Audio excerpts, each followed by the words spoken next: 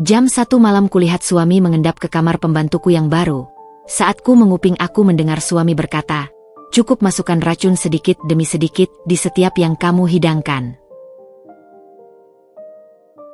Halo Bunda, semoga Bunda semuanya dalam keadaan sehat dan bahagia ya. Sebelum masuk ke ceritanya, jangan lupa like, komen dan subscribe channel ini ya. Selamat menonton. Jam 1.03 pagi. Angka-angka merah pada jam digital di nakas samping ranjang menyala seperti mata setan dalam kegelapan. Aku, Vita, terbangun bukan karena mimpi buruk, bukan karena suara berisik, juga bukan karena dorongan untuk buang air kecil. Ini lebih dalam dari itu.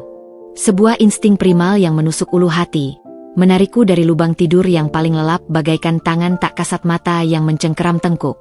Laringku terasa kering. Aku menelan ludah, suaranya terdengar keras di keheningan kamar yang pekat. Mataku, masih berpasir dari tidur, perlahan lulus menyesuaikan diri dengan remang-remang. Sinar bulan purnama menyelinap dari celah vertical blind jendela, melukis garis-garis pucat di permukaan lantai kayu. Kubiarkan telapak tangan kananku merayap ke sebelah, mencari kehangatan tubuh yang seharusnya ada di sana. Kosong. Sepi. Kain satin spray yang dingin menyentuh kulitku. Danu, suaraku parau, berbisik ke dalam kegelapan. Hanya ada kesunyian yang menegangkan sebagai jawaban. Duduklah aku perlahan. Sandaran punggung terasa dingin menembus piyama katun. Pria yang telah menjadi suamiku selama 5 tahun itu hilang. Kelenjar adrenalinku mulai berdetak kencang, mengirimkan sinyal-sinyal waspada ke seluruh tubuh. Mungkin dia haus. Mungkin ada telepon mendesak dari kantor, meski ini jam yang sangat aneh untuk urusan bisnis. Atau mungkin, aku mengusir pikiran terakhir itu. Kami bahagia. Pernikahan kami stabil. Meski beberapa bulan belakangan, sejak kehamilanku memasuki trimester pertama, ada jarak kecil yang tak terungkap, aku yakin itu hanya fase. Tapi kenapa jantungku berdegup seperti genderang perang? Kudengar suara. Bukan suara. Tepatnya, lebih seperti keberadaan. Desis lembut dari lorong. Seperti gesekan kulit kaki pada permukaan marmer. Aku membeku, nafas tertahan. Dari balik pintu kamar yang terbuka selebar jari, aku yakin sudah kututup rapat sebelum tidur. Tampak cahaya redup, bukan dari lampu lorong utama, tapi seperti cahaya senter ponsel atau lilin kecil. Tanpa membuat suara, kulepaskan selimut dan menjejakkan kaki telanjang ke lantai yang dingin. Setiap otot tegang, pendengaranku memuncak. Langkah-langkahku pelan, menghindari papan kayu yang biasanya berderit di dekat lemari pakaian. Aku seperti pencuri di rumah sendiri. Di ambang pintu, aku menempelkan sebagian wajahku, mengintip ke koridor yang panjang dan gelap. Bayangan tinggi dan familiar, bentuk bahu Danu yang bidang, potongan rambutnya yang rapi bahkan di malam hari, bergerak menjauh, menyusuri lorong dengan langkah yang sangat hati-hati, seolah-olah tak ingin membangunkan siapapun. Arahnya jelas, bukan ke dapur, bukan ke ruang kerja, juga bukan ke kamar mandi utama. Dia menuju ke ujung koridor, ke kamar tamu yang kini ditempati oleh si pembantu baru. Andin.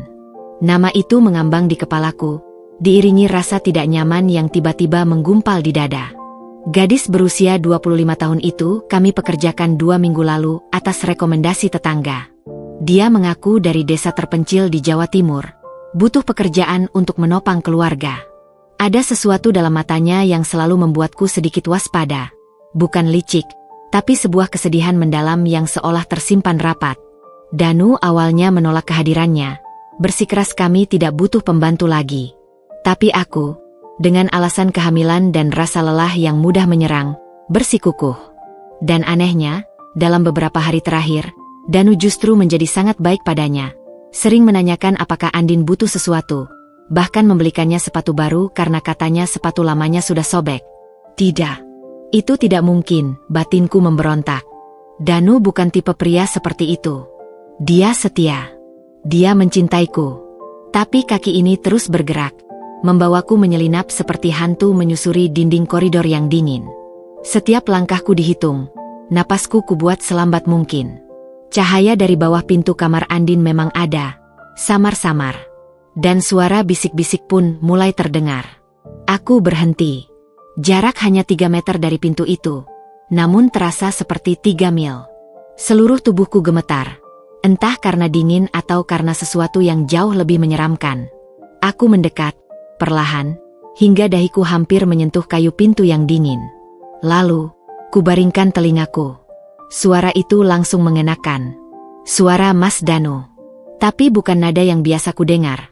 Bukan nada hangat saat membangunkanku di pagi hari. Bukan nada bercanda saat kami menonton film. Bukan pula nada khawatir saat ia menanyakan kondisiku. Ini adalah suara rendah, berbisik, namun penuh dengan intensitas yang mematikan. Seperti ular yang mendesis. Sudah kukatakan, kamu tenang saja, sayang. Sayang, jantungku seolah berhenti berdetak. Tapi aku takut, Danu. Aku tidak sanggup.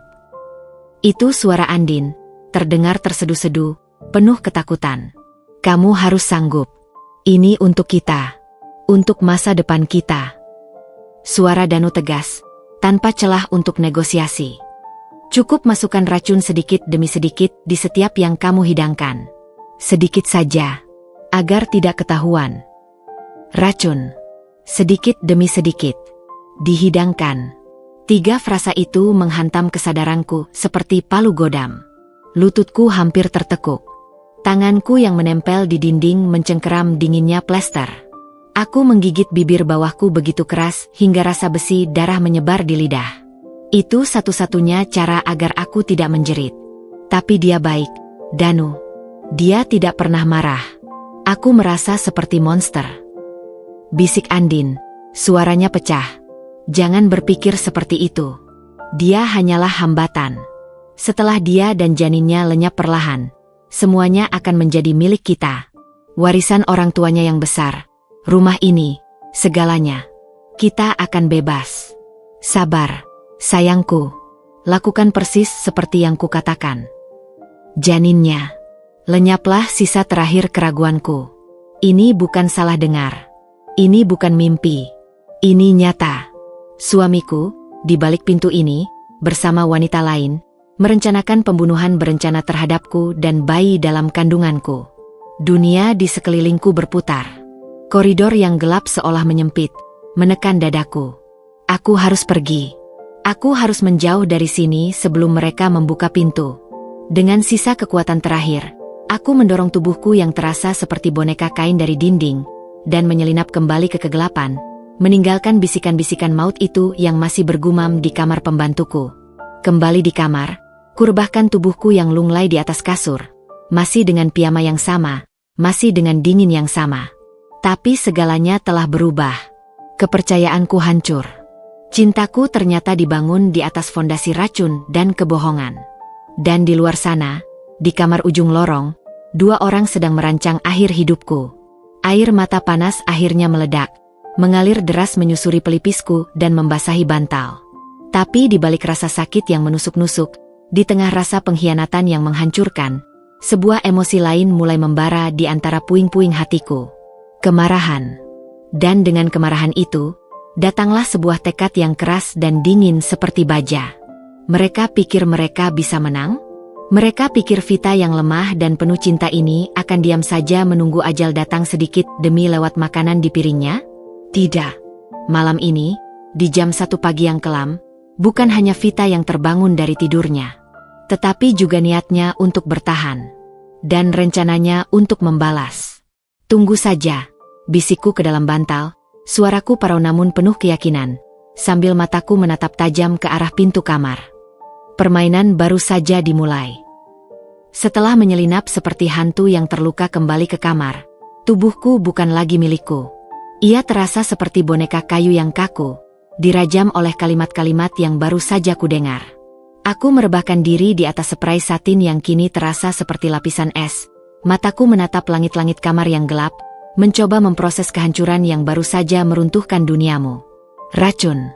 Sedikit demi sedikit. Janinnya. Kata-kata itu berputar-putar di kepalaku, menusuk-nusuk seperti pisau tumpul. Nafasku tersengal-sengal, tapi kukempiskan isak yang ingin meledak. Aku harus tenang. Aku harus mendengar lebih jelas. Mungkin aku salah dengar. Mungkin itu hanya percakapan tentang sesuatu yang lain. dan kekacauan emosiku yang menafsirkannya secara salah. Untuk masa depan kita. Suara Danu begitu jelas di telingaku. Itu bukan salah dengar. Dengan hati yang berdebar kencang bagaikan seekor burung yang terkurung, aku kembali bangkit. Kaki yang masih gemetar menjejak lantai dingin. Insting bertahan hidup mengalahkan rasa sakit dan ketakutan. Aku harus tahu. Aku harus memiliki kepastian, meski kepastian itu akan menghancurkan sisa-sisa harapanku. Kali ini, aku lebih berhati-hati. Kulepaskan kaos kakiku yang bisa menimbulkan gesekan, dan berjalan dengan telapak kaki telanjang yang basah oleh keringat dingin. Aku seperti ninja di rumah sendiri, menghindari papan lantai ketiga dari pintu yang selalu berderit. Cahaya rembulan menjadi satu-satunya penuntunku di koridor yang gelap dan sunyi, menyinari partikel debu yang beterbangan seperti jiwa-jiwa gentayangan. Saat mendekati pintu kamar Andin, aku memilih posisi yang berbeda. Tidak lagi menempelkan telinga di kayu pintu, tapi berlutut di lantai, membungkukkan badan, dan mengintip dari celah kecil di bawah pintu. Celah itu sekitar 1 sentimeter, cukup untuk melihat sebagian kecil lantai kamar dan, yang lebih penting, bayangan 2 pasang kaki. 2 pasang itu berdiri sangat berdekatan, hampir saling menyentuh. 1 pasang kaki besar, memakai kaos kaki hitam yang biasa Danu pakai untuk tidur.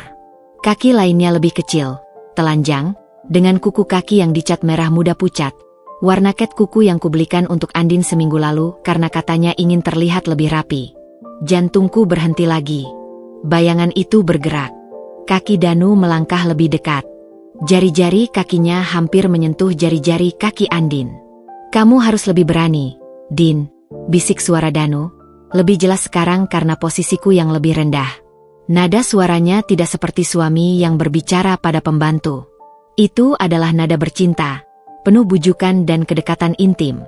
Aku tahu ini berat, tapi pikirkan akhirnya. Kita akan bebas. Aku takut, Danu. Benar-benar takut. Suara Andin bergetar. Dari celah bawah pintu, kulihat setetes air jatuh dan menghantam lantai keramik di dekat kaki telanjangnya. Air mata. Setiap kali dia tersenyum padaku, tawanya yang ramah, aku merasa seperti iblis. "Jangan pikirkan itu." Suara Danu tiba-tiba keras, meski masih berbisik. Kaki bergerak, seolah-olah dia menggenggam bahu Andin. Dia bukan malaikat, Vita. Dia hanya wanita manja yang hidup dari warisan orang tuanya. Hidupmu, hidup kita, jauh lebih berharga. Aku menggigit kepalan tanganku sendiri hingga berbekas. Wanita manja? Setelah semua yang kulakukan untuk membangun rumah tangga ini, setelah aku bekerja keras di kantor sebelum akhirnya memutuskan berhenti untuk fokus pada kehamilan, setelah aku mendukungnya dalam setiap proyek bisnisnya yang gagal, rasa sakit berubah jadi geram yang membakar. Tapi caranya, racun, itu menyakitkan, Danu. Lama-lama, perlahan-lahan. Andin terisak. "Ini cara yang paling aman." Danu membujuk, suaranya kembali lembut, licin seperti minyak. "Dokter akan mengira itu komplikasi kehamilan, atau kelelahan, atau penyakit turunan. Tidak akan ada yang curiga. Kita hanya perlu bersabar. Beberapa bulan saja.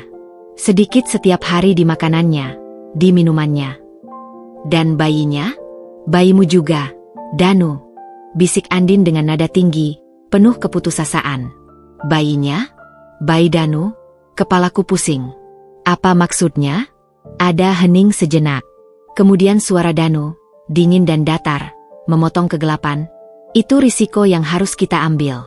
Lebih baik kehilangan satu bayi sekarang daripada kehilangan segalanya. Kita masih bisa punya banyak anak nanti, Din. Setelah segalanya menjadi milik kita." Nafasku tercekat. Aku nyaris menjerit. Bukan hanya aku yang menjadi target. Janin dalam kandunganku, bayi yang selama ini kujaga dengan penuh cinta, juga masuk dalam rencana pembunuhan keji ayahnya sendiri.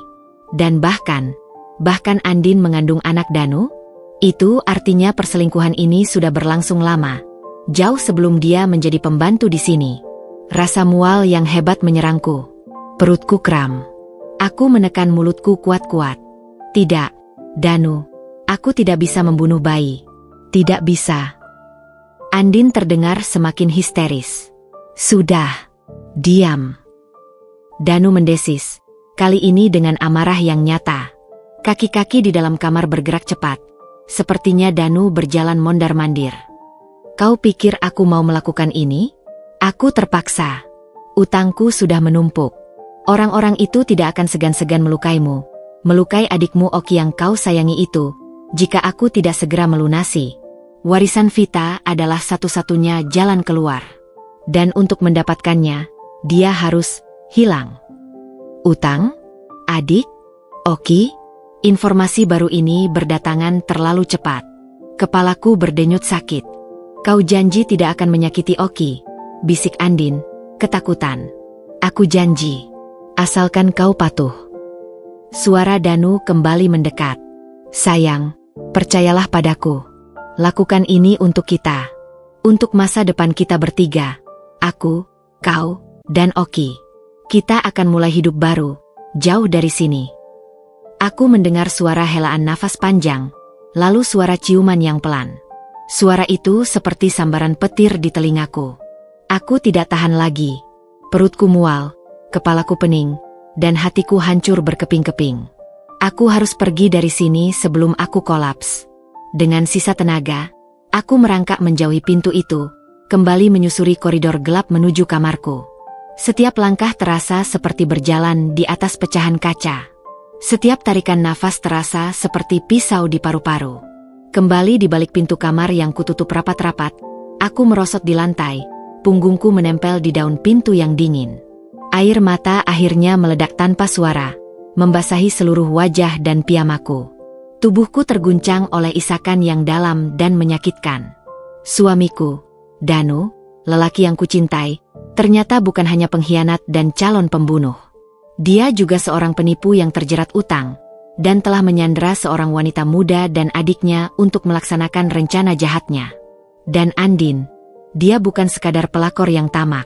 Dia adalah korban lain dalam permainan Danu, dipaksa memilih antara menyelamatkan orang yang dia cintai atau menjadi pembunuh. Meski kebencianku padanya membara, sedikit rasa iba, sangat sedikit, mulai menyelinap. Dia terjebak. Tapi apakah itu membuat pengkhianatannya terhadapku termaafkan? Tidak. Sama sekali tidak. Mataku, yang tertutup air mata, tiba-tiba terbuka lebar. Di tengah keputusasaan, sebuah pikiran muncul, tajam dan jelas seperti kristal. Mereka punya rencana. Tapi sekarang, akulah yang memiliki rahasia mereka. Dan rahasia adalah senjata. Aku tidak bisa hanya menangis. Aku tidak bisa menjadi korban yang pasif, menunggu racun perlahan-lahan menggerogoti tubuhku dan bayiku. Aku harus bertindak. Aku harus berpura-pura.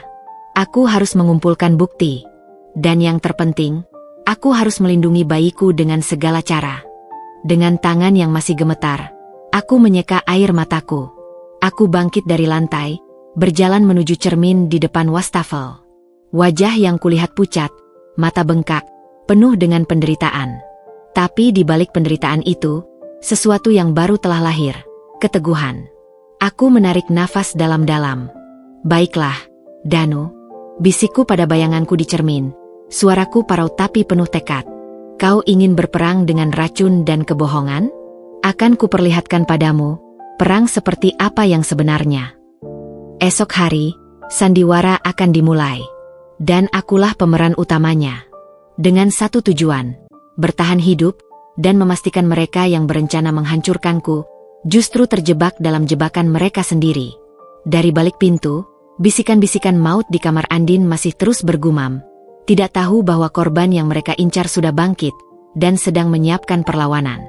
Menyelinap kembali ke ranjang yang sepi terasa seperti memasuki peti mati. Dingin satin membungkus kulitku, tapi tak bisa menembus beku yang lebih dalam, yang telah membekap tulang sumsumku sejak aku mendengar bisikan-bisikan itu. Aku berbaring telentang, mata terbuka lebar menatap langit lampit yang gelap. Bayangan pohon rambutan di halaman bergoyang ditiup angin malam, melukis tarian menyeramkan di plafon. Percakapan itu, setiap kata, setiap intonasi, berputar-putar di kepalaku bagaikan pita rekaman yang rusak, mengulang-ulang adegan pengkhianatan paling sempurna. Utang, warisan, racun sedikit demi sedikit, hilang. Dan yang paling menusuk, lebih baik kehilangan satu bayi sekarang daripada kehilangan segalanya. Tanganku refleks menempel di perut yang masih rata, di mana kehidupan kecil baru mulai tumbuh. Bayi yang selama ini kami nantikan dengan penuh cinta. Bayi yang selalu dibahas Danu dengan mata berbinar, tentang akan seperti apa nanti, nama apa yang cocok, kamar mana yang akan disulap jadi kamar anak. Semua itu sandiwara. Topeng tebal yang menyembunyikan wajah iblis. Air mata sudah tidak ada lagi yang tersisa untuk dikeluarkan. Yang tersisa adalah getaran dingin, gemuruh diam yang bergolak di dalam dada. Aku memejamkan mata, mencoba mengingat 5 tahun terakhir. Apakah semua kebahagiaan itu palsu? Pernikahan kami yang sederhana namun penuh tawa. Perjalanan kami ke pantai saat ulang tahun pernikahan ketiga. Cara dia memelukku erat saat dokter mengatakan kami hamil. Apakah semua itu hanya akting dari seorang pria yang mengincar warisan orang tuaku? Orang tuaku, almarhum bapak dan ibu yang tewas setahun lalu dalam kecelakaan mobil yang tragis. Warisan yang mereka tinggalkan cukup besar. Perusahaan kecil yang stabil, beberapa properti, dan tabungan yang cukup untuk menghidupi beberapa generasi. Aku, sebagai anak tunggal, mewarisi semuanya. Danu yang membantuku mengurus semua proses hukum, yang selalu terlihat begitu suportif, bahkan menyarankan agar semua aset tetap atas namaku saja untuk keamanan. Kala itu, kukira itu bukti cintanya, bahwa dia tidak mengincar hartaku. Sekarang, aku tahu, itu adalah bagian dari rencananya yang panjang. Dia tidak ingin namanya tercatat, agar ketika sesuatu terjadi padaku, tidak ada yang bisa menuduhnya merebut harta. Semuanya akan jatuh ke tanganku, lalu setelah aku meninggal, dia sebagai suami akan mewarisi segalanya dengan mudah. Licik. Sangat licik. Tiba-tiba, ingatanku melompat ke beberapa bulan terakhir. Kelelahan Danu yang seringkali dia salahkan pada pekerjaan. Telepon-telepon singkat yang selalu dia jawab di balkon dengan suara rendah. Beberapa kali dia pulang larut dengan bau parfum murah yang asing, yang kini kusadari mungkin milik Andin. Dan yang paling mencolok, perubahan sikapnya terhadap Andin. Awalnya dia sangat menentang kehadiran pembantu baru, bersikeras kami bisa mengelola rumah sendirian. Lalu tiba-tiba, setelah suatu hari dia, kebetulan, mengantar Andin pulang ke kontrakannya karena hujan deras, sikapnya berubah 180 derajat. Dia mulai memujinya, membelikannya hadiah kecil, dan suatu kali bahkan kudengar dia membelanya saat aku mengeluh Andin kurang teliti mencuci pakaian putih. Kasihan, Fit. Dia anak desa, masih belajar, katanya waktu itu. Dan aku, bodohnya, malah tersentuh oleh kebaikan hati suamiku. Sekarang semuanya jelas. Itu bukan kebaikan hati. Itu adalah penguasaan. Danu sudah punya hubungan dengan Andin sebelum dia masuk ke rumah ini. Dialah yang mendalangi agar Andin bisa bekerja di sini, agar bisa mengawasi langsung, eksekusi, rencananya, dan sekaligus menempatkan wanita simpanannya di bawah pengawasanku sendiri. Betapa hinanya aku. Betapa mudahnya aku dimanipulasi. Suara langkah pelan di koridor membuyarkan lamunanku. Aku memejamkan mata dengan cepat, mengatur nafasku agar tetap teratur dan dalam, berpura-pura tertidur lelap. Pintu kamar berderit pelan. Dia masuk. Aku bisa merasakan kehadirannya di ambang pintu, berdiri diam sejenak, seolah-olah memastikan aku masih tidur. Kemudian langkahnya yang hati-hati mendekati ranjang. Aroma sabun mandi dan sedikit keringat pria, aroma yang dulu selalu menenangkanku, kini terasa seperti bau bahaya. Dia berhenti di samping ranjang. Aku bisa membayangkan matanya menatapku, memindai wajahku untuk melihat apakah ada tanda-tanda aku terbangun. Tahan, Vita. Tahan. Dia membungkuk. Aku menahan nafas. Bibirnya menempel di dahiku, memberikan ciuman selamat malam yang sama seperti yang dia berikan setiap malam selama 5 tahun. Dulu, ciuman itu terasa hangat, penuh kasih. Malam ini, rasanya seperti sentuhan ulat, dingin, menjijikkan, beracun. Tidur nyenyak. Sayang, bisiknya, suaranya lembut seperti biasa. Jika aku tidak mendengar percakapan tadi, aku akan meleleh. Sekarang, kata-kata itu terasa seperti kutukan. Tidur nyenyak, dan jangan bangun lagi. Dia berbalik, menuju sisi ranjangnya. Aku mendengar suara dia melepas baju, lalu merebahkan diri. Kasur berubah di sebelahku. Kehangatan tubuhnya yang biasa kudambakan kini terasa seperti panas neraka. Aku ingin menjauh, tapi aku tak boleh. Aku harus tetap diam, tetap menjadi Vita yang percaya, yang tidak tahu apa-apa. Beberapa menit berlalu dalam keheningan yang tegang. Kemudian, dari sebelahku, terdengar suara napas yang perlahan-lahan menjadi teratur dan dalam. Dia tertidur dengan mudah. Setelah baru saja merencanakan pembunuhan istrinya, dia bisa tertidur dengan tenang. Kemarahan yang mendidih kembali menggelegak di dadaku. Tapi kali ini, kemarahan itu tidak meledak. Ia mengkristal, menjadi sesuatu yang padat, tajam, dan dingin. Seperti bilah belati yang diasah dalam es. Aku membuka mata, menatap kegelapan di atas. Ini bukan lagi tentang rasa sakit hati. Ini bukan lagi tentang pengkhianatan cinta. Ini tentang perang. Perang untuk bertahan hidup. Perang untuk melindungi bayiku. Perang untuk memastikan bahwa orang-orang yang berani mengancam nyawa kami membayar dengan harga yang setimpal. Danu pikir dia yang memegang kendali? Dia pikir dia yang punya rencana? Baiklah. Akan kutunjukkan padanya apa arti rencana yang sesungguhnya. Pikiranku mulai bekerja dengan cepat, memetakan langkah-langkah. Pertama, aku harus berpura-pura. Aku harus tetap menjadi istri yang penuh cinta, yang tidak curiga sedikitpun. Kedua, aku harus mengumpulkan bukti. Rekaman percakapan mereka, bukti racun, bukti hubungan mereka, dan yang terpenting, bukti niat jahat mereka. Ketiga, aku harus melindungi diriku dan bayiku dari racun itu. Itu berarti aku harus sangat berhati-hati dengan makanan dan minuman, dan mungkin mencari sekutu. Siapa yang bisa kupercaya? Dokter Sari, dokter kandunganku. Dia sahabatku sejak SMA. Tapi aku tidak bisa langsung datang padanya tanpa bukti. Aku tidak ingin membahayakannya atau membuatnya terlibat sebelum waktunya. Oke, nama itu muncul. Adik Andin yang disebutkan tadi. Tukang kebun yang baru kami pekerjakan bersamaan dengan Andin. Pemuda lugu dengan mata jernih yang selalu sopan dan rajin. Andin jelas melindunginya. Dan Danu menggunakannya sebagai alat tekanan. Jika Oki tidak tahu rencana kakaknya, mungkin dia bisa menjadi sekutu. Atau setidaknya, menjadi jalan untuk mendapatkan informasi. Aku harus berhati-hati. Sangat berhati-hati. Satu kesalahan kecil, dan nyawaku serta nyawa bayiku akan melayang.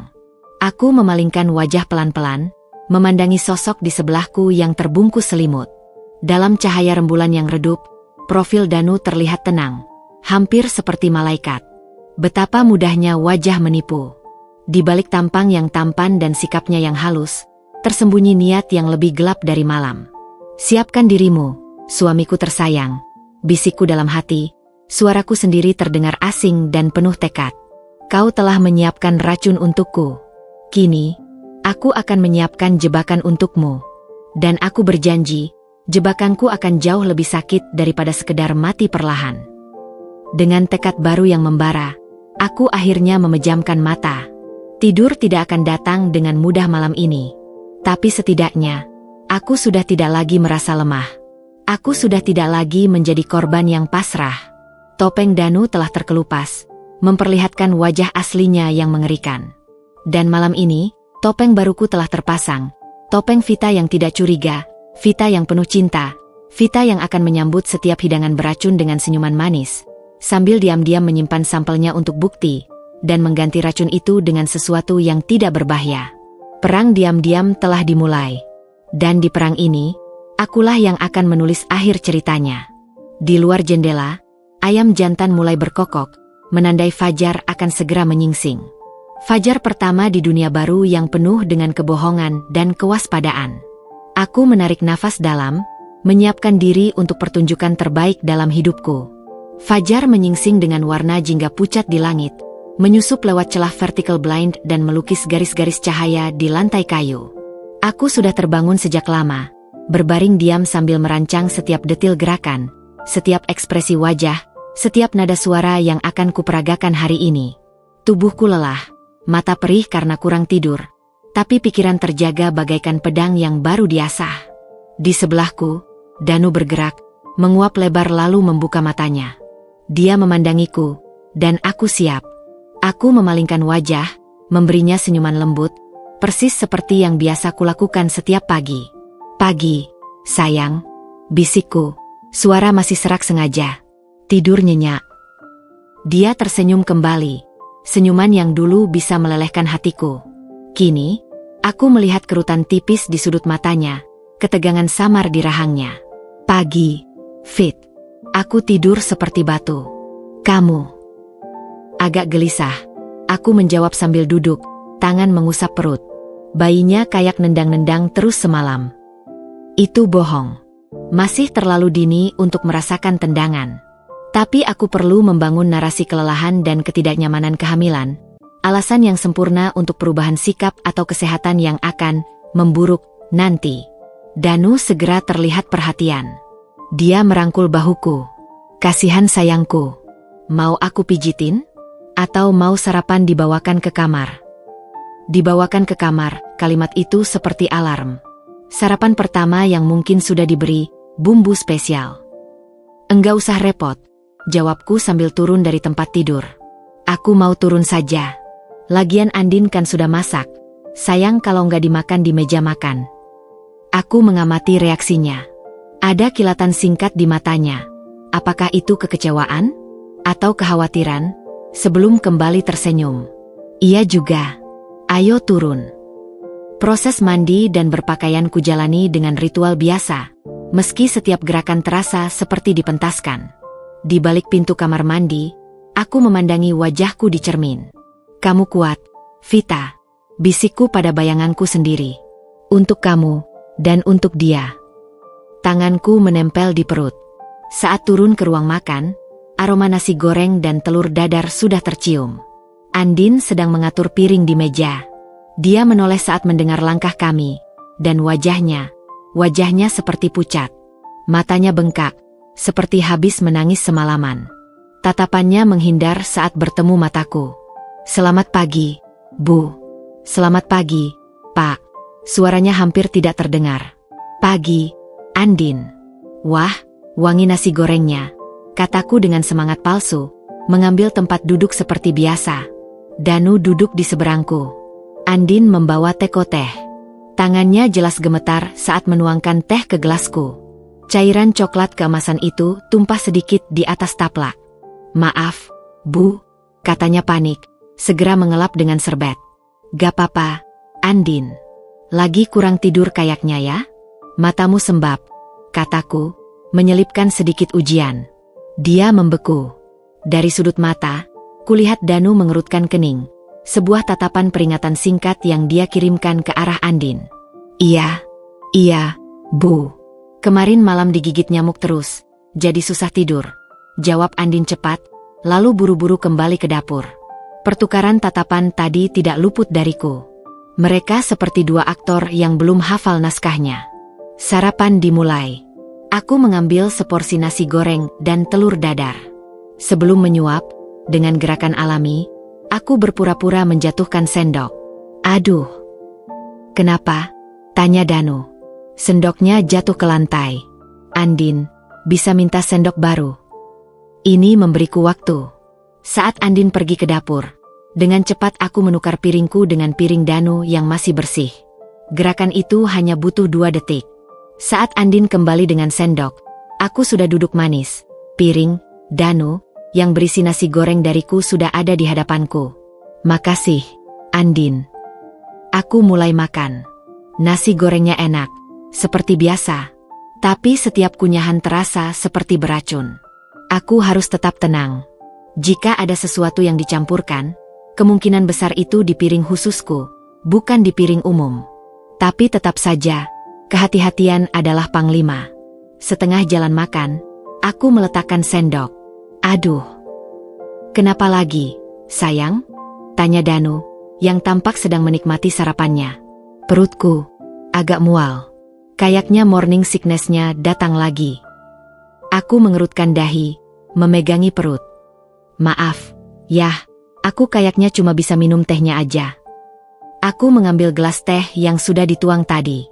Sebelum meminumnya, dengan gerakan halus, aku menumpahkan sebagian isinya ke serbet di pangkuanku sambil berpura-pura batuk. Hanya seteguk kecil yang benar-benar masuk ke mulutku. Danu mengamati. Kamu baik-baik aja? Mau aku antar ke dokter? Enggak, nanti aja. Mungkin cuma lapar aja tadi. Tapi kok malah mual ya habis makan. Aku mengeluh, menambah performa. Kehamilan emang gitu, Fit. Kamu harus istirahat yang cukup, katanya, lalu berpaling ke Andin yang berdiri di ambang dapur. Andin, dari sekarang ibu perlu makanan yang lebih bergizi dan mudah dicerna. Kamu bisa kan? Bisa, Pak, jawab Andin, suaranya kecil. Baik, aku berangkat dulu. Ada meeting pagi. Danu berdiri, menghampiriku dan mengecup keningku. Jaga diri, ya. Telepon aku kalau ada apa-apa. Iya, hati-hati di jalan. Setelah pintu depan tertutup dan mobilnya menjauh, suasana berubah. Sunyi yang tegang menyelimuti rumah. Aku masih duduk di meja makan, menyisir sisa sarapan dengan sendok. Andin mulai mengangkat piring. Andin, panggilku tiba-tiba. Dia kaget, hampir menjatuhkan piring yang ditumpuknya. Iya, Bu. Kamu dari kemarin kelihatannya tidak enak badan. Ada masalah? Dia menggeleng cepat, tapi matanya berkaca-kaca. Tidak, Bu. Tidak ada. Kamu bisa cerita sama aku. Loh, aku kan juga perempuan. Kadang jauh dari keluarga itu berat. Apalagi kamu bawa adikmu juga ke sini. Bicara tentang Oki sengaja kulanjurkan. Reaksinya langsung. Wajah Andin menjadi lebih pucat, campur ketakutan. Oki baik-baik saja, Bu. Dia senang kerja di kebun. Aku lihat juga. Dia rajin. Kamu beruntung punya adik yang baik. Aku berdiri, perlahan mendekatinya. Kadang kita terpaksa melakukan hal-hal yang tidak kita inginkan untuk melindungi orang yang kita cintai. Ya tidak? Titik.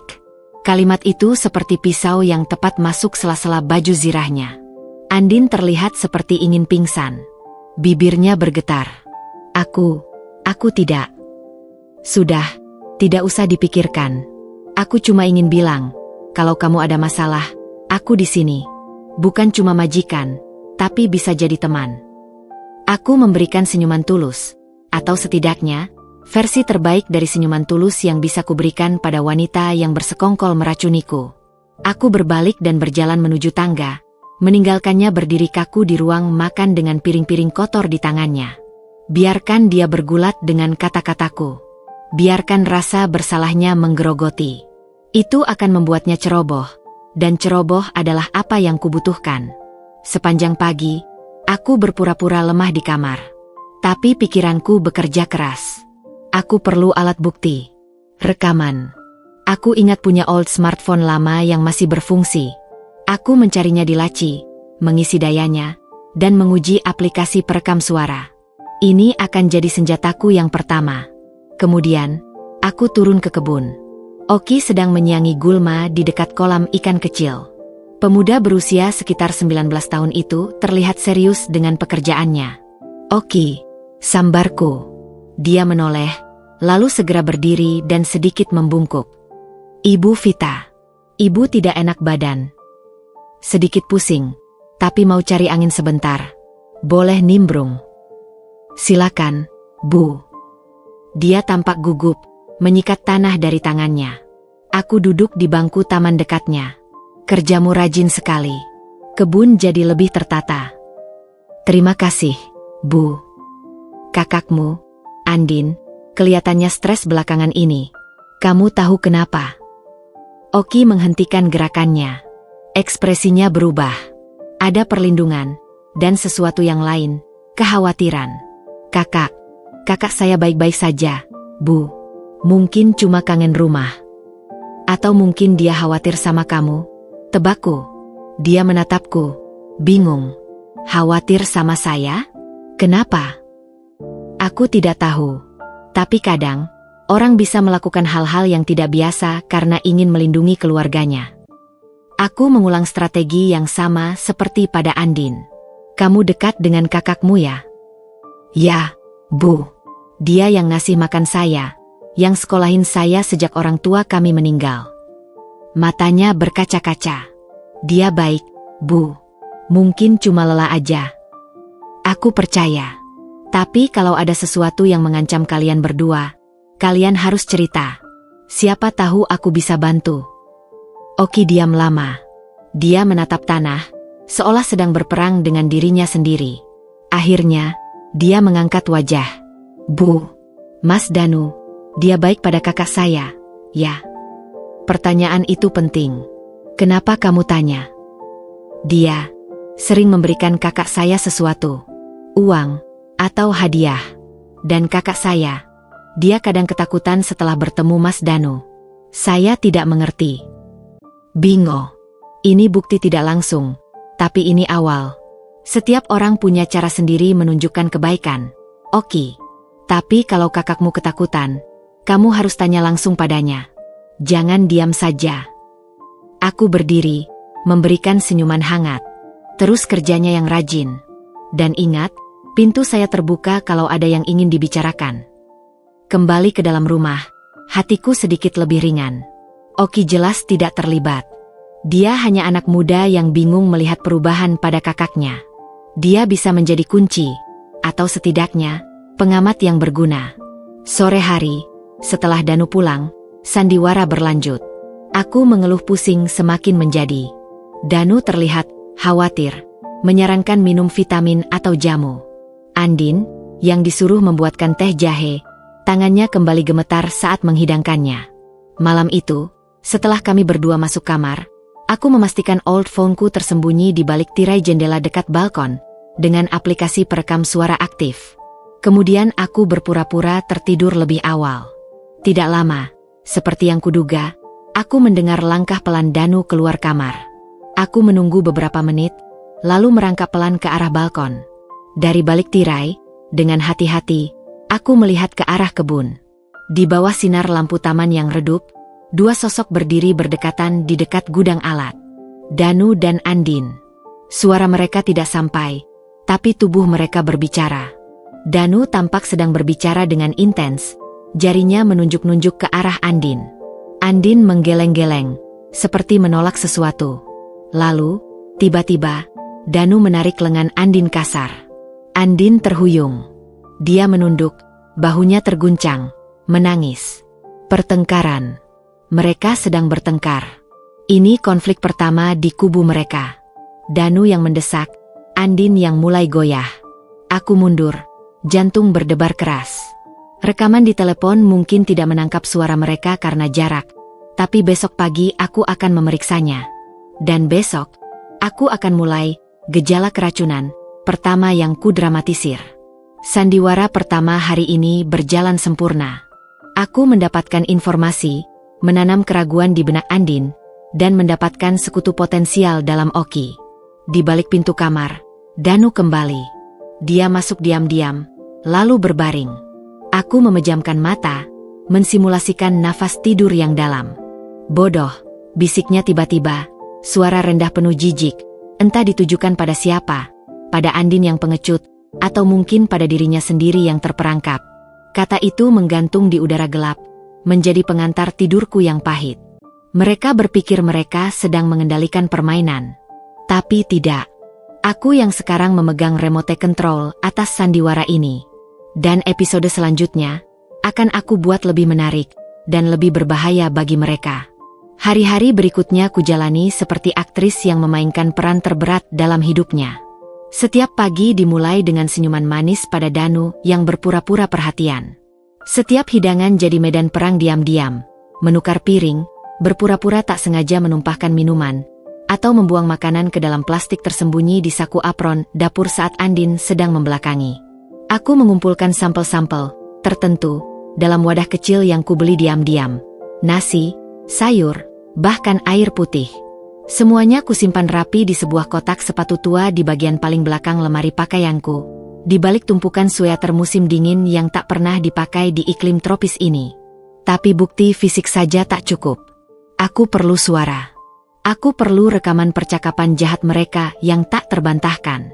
Old phone yang kusembunyikan di balik tirai balkon hanya menangkap desir angin dan suara jangkrik malam. Mereka terlalu jauh. Aku perlu alat yang lebih dekat dan keberanian untuk menempatkannya. Kekuatan tubuhku juga mulai terkikis oleh stres dan drama yang terus kupentaskan. Aku kerap merasa pusing sungguhan, bukan pura-pura. Morning sickness yang kudramatisir kadang jadi nyata. Dokter kandunganku, Dokter Sari, mulai menyatakan kekhawatiran saat kontrol rutin. Tekanan darahmu agak rendah, Vita, dan berat badanmu hampir tidak naik. Kamu terlalu stres, tanyanya, matanya penuh kehangatan dan kekhawatiran yang tulus. Di ruang praktek yang steril itu, untuk sesaat, aku ingin meleleh. Ingin menceritakan segalanya, tentang racun, tentang pengkhianatan, tentang ketakutan yang menggerogoti setiap jam tidurku. Tapi aku tahan. Bahaya masih terlalu dekat. Danu bahkan menemaniku ke klinik hari itu, duduk di ruang tunggu dengan wajah penuh perhatian yang membuatku ingin muntah. Iya, Sar. Mungkin kerjaan di rumah masih kepikiran. Danu sih sudah melarang aku ngapa-ngapain. Cuma ya, gabut. Jawabku sambil memaksakan tawa ringan. Dokter Sari tidak terlihat yakin. Kalau ada masalah, kamu bisa cerita sama aku. Jangan dipendam. Stres tidak baik untuk janin. Aku mengangguk, mata berkaca-kaca karena terharu pada persahabatan yang tulus di tengah lautan kepalsuan. Aku janji. Pulang dari klinik, di dalam mobil, Danu menyalakan radio. Lagu jazz lembut mengalun. Dokter bilang apa? Tanyanya. Tangan kirinya menggenggam setir, tangan kanan meraih tanganku. Sentuhannya membuat kulitku merinding. Kata Dokter Sari, aku harus lebih banyak istirahat. Kurang stres, jawabku, menatap jalan di depan. Dengar itu? Kamu harus nurut dokter. Aku juga khawatir. Dia menekan tanganku. Aku sayang banget sama kamu dan bayi kita. Kata-kata itu, yang dulu adalah mantra kebahagiaan, kini adalah racun paling pahit. Aku menarik tanganku perlahan, berpura-pura mengusap perut. Aku juga sayang kamu, Danu. Tapi di mataku yang menatap kaca depan, bayangan ketegangan dan kebencian mungkin terlalu jelas, karena dia tiba-tiba diam. Suasana dalam mobil jadi tegang. Aku sadar, aku harus lebih baik dalam menyembunyikan perasaanku. Keesokan paginya, aku menemukan peluang. Andin terlihat sangat tidak karuan. Matanya bengkak parah, dan saat menyajikan sarapan, dia menjatuhkan gelas jus hingga pecah berantakan di lantai dapur. Maaf, Bu, teriaknya panik, berlutut untuk mengumpulkan pecahan kaca dengan tangan gemetaran. Awas, Andin. Pakai sapu, sahutku, tapi terlambat. Dia sudah mengiris jari telunjuknya. Darah segera menetes, membasahi pecahan kaca dan lantai keramik. Dia terduduk diam, menatap lukanya seperti orang yang putus asa. Darah itu mengucur deras. Aku ambilkan P3K, kataku, segera mengambil kotak obat dari lemari dapur. Sini, aku bantu. Aku bersihkan lukanya, oleskan antiseptik, dan balut dengan plester. Selama proses itu, dia diam saja. Air mata menetes diam-diam bercampur darah di wastafel. Andin, panggilku lembut setelah selesai. Apa yang terjadi denganmu? Dia menggeleng, tidak bisa bicara. Apakah ini tentang Danu? Nama itu membuatnya menegak. Matanya yang berkaca-kaca menatapku, penuh ketakutan dan kejutan. Bu, saya. Kamu tidak perlu takut padaku. Aku tahu ada sesuatu yang terjadi. Aku menurunkan suaraku. Dia mengancammu, ya? Mengancam Oki. Andin terisak, tubuhnya terguncang. Bu, saya tidak punya pilihan, saya. Dia hampir bicara. Hampir. Tapi kemudian, langkah kaki terdengar dari tangga. Danu turun, sudah bersiap untuk kerja. Apa yang terjadi? Tanyanya, melihat kekacauan di dapur dan Andin yang masih terisak. Andin pecahkan gelas dan terluka. Jawabku singkat, membersihkan sisa darah di wastafel. Sudah aku obati. Danu mendekati Andin, meletakkan tangan di bahunya. Sentuhan itu membuat Andin kaku. Hati-hati lain kali. Gelas kan mahal. Nada suaranya biasa saja, tapi ada tekanan di bawahnya. Setelah Danu pergi, suasana kembali sunyi.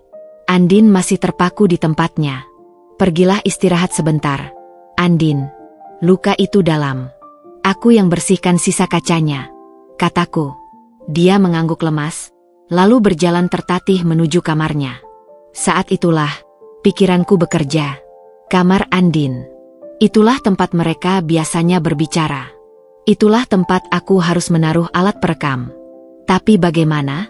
Aku tidak bisa masuk begitu saja tanpa alasan. Lalu aku ingat Oki. Siang itu, aku menemui Oki di kebun lagi. Dia sedang memangkas tanaman merambat di pagar. Oki, aku perlu bantuanmu. Buka aku langsung. Dia menoleh, wajah polosnya penuh kesigapan. Iya, Bu. Apa yang bisa saya bantu? Ini tentang kakakmu. Aku melihat sekeliling, memastikan tidak ada yang mendengarkan. Aku khawatir dengan Andin. Dia sangat stres, dan aku rasa itu berkaitan dengan suamiku. Oki mendekat, wajahnya berubah serius. Saya juga khawatir, Bu. Saya pernah dengar mereka bertengkar. Kakak saya menangis. Tapi setiap saya tanya, dia bilang tidak apa-apa. Apakah kamu pernah melihat Mas Danu memberikan sesuatu pada kakakmu? Sesuatu yang aneh? Bubuk, atau botol-botol kecil? Oki berpikir keras, lalu matanya berbinar. Pernah. Seminggu lalu, saya lihat Mas Danu memberikan kakak saya sebuah bungkusan kecil di parkiran, dekat mobil. Kakak saya menyembunyikannya cepat-cepat di saku. Waktu saya tanya, dia marah. Ini penting. Oki, aku percaya kakakmu dalam bahaya. Dan kamu juga. Danu, dia bukan orang baik. Air mata muncul di mata Oki. Saya tahu, Bu. Saya tidak bodoh. Tapi kakak saya selalu bilang kita butuh uang. Kita harus bertahan. Aku akan membantumu. Tapi aku butuh bukti. Kamu bisa membantuku mendapatkan bukti? Dia mengangguk, tanpa ragu. Apa yang harus saya lakukan? Rencanaku sederhana namun berisiko. Oki punya kunci cadangan kamar Andin. Untuk keadaan darurat, katanya. Aku memintanya meminjamkan kuncinya sebentar saat Andin pergi ke pasar besok pagi. Lalu, aku akan masuk dan menyembunyikan old phone-ku di tempat yang baik. Mungkin di balik lemari, atau di bawah kasur, dengan aplikasi perekam suara yang aktif. Tapi kalau ketahuan, bisik Oki, takut. Kita harus berani, Oki, untuk menyelamatkan kakakmu, dan untuk menyelamatkan bayiku. Aku menatapnya dalam-dalam. Danu berencana mencelakai kami. Aku yakin kakakmu dipaksa terlibat. Oki mengatupkan bibir, lalu mengangguk dengan tekad. Saya akan bantu, Bu. Besok paginya, rencana berjalan. Andin pergi ke pasar seperti biasa. Danu sudah berangkat kerja. Oki memberiku kunci dengan tangan gemetaran. Pasar cukup jauh, Bu. Andin biasanya balik sejam lagi. Aku mengangguk, lalu dengan jantung berdebar kencang, aku membuka pintu kamar Andin untuk pertama kalinya. Kamarnya sederhana, rapi. Satu tempat tidur single, satu lemari kecil, meja rias sederhana. Tapi ada sesuatu yang tidak biasa. Di atas meja rias, ada beberapa barang yang jelas tidak mampu dibeli oleh seorang pembantu. Sebuah parfum merek mahal, bedak kempek dengan kemasan elegan, dan sebuah dompet kulit yang masih baru. Aku segera mencari tempat untuk menyembunyikan telepon. Aku memilih celah sempit di antara lemari dan dinding, dekat stop kontak agar bisa di-charge diam-diam. Aku letakkan telepon di sana, dengan rekaman suara yang aktif. Aku sudah setel untuk merekam terus-menerus, dengan memori yang cukup untuk beberapa hari. Saat aku akan pergi, mataku tertarik pada sebuah buku catatan kecil di bawah bantal. Tanpa pikir panjang, kubuka. Isinya membuat nafasku tersangkut. Catatan itu penuh dengan tulisan Andin yang berantakan, penuh dengan kesakitan dan penyesalan. Hari ini dia minta aku mencampurkan lagi. Aku bilang tidak bisa. Dia marah. Bilang Oki akan celaka kalau aku tidak patuh. Aku mimpi buruk. Ibu Vita dan bayinya mati, dan tangannya mengejarku. Aku terbangun menjerit. Aku hamil. Anak Danu. Dia bilang ini berkah. karena kalau terjadi sesuatu pada bayi Ibu Vita, masih ada penggantinya. Aku merasa jijik pada diriku sendiri. Obatnya sudah separuh habis. Aku sembunyikan di balik kardus di gudang. Setiap kali memberikannya, aku merasa seperti membunuh. Gudang. Obatnya di gudang. Aku mendengar suara dari depan rumah. Andin pulang. Cepat-cepat aku kembalikan buku catatan ke tempat semula, keluar dari kamar, dan mengunci pintu. Aku berhasil masuk ke dapur tepat saat Andin membuka pintu depan. "Sudah pulang, Andin?" sapaku, berusaha tenang. "Iya, Bu," jawabnya, tidak curiga. Sepanjang hari, hatiku berdebar tak karuan. Old phone itu ada di sana, merekam setiap bisikan, setiap rahasia. Dan buku catatan Andin, itu adalah bukti yang kuat. Tapi aku butuh racunnya secara fisik. Itu ada di gudang. Sore harinya, saat Danu belum pulang dan Andin sedang mandi, aku menyelinap ke gudang kecil di belakang rumah. Tempat itu gelap, berdebu, penuh dengan barang-barang tak terpakai. Berdasarkan catatan Andin, aku mencari kardus. Dan kutemukan sebuah kardus sepatu tua di bawah tumpukan koran.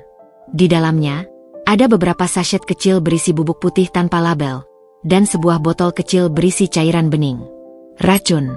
Inilah bukti yang selama ini kucari.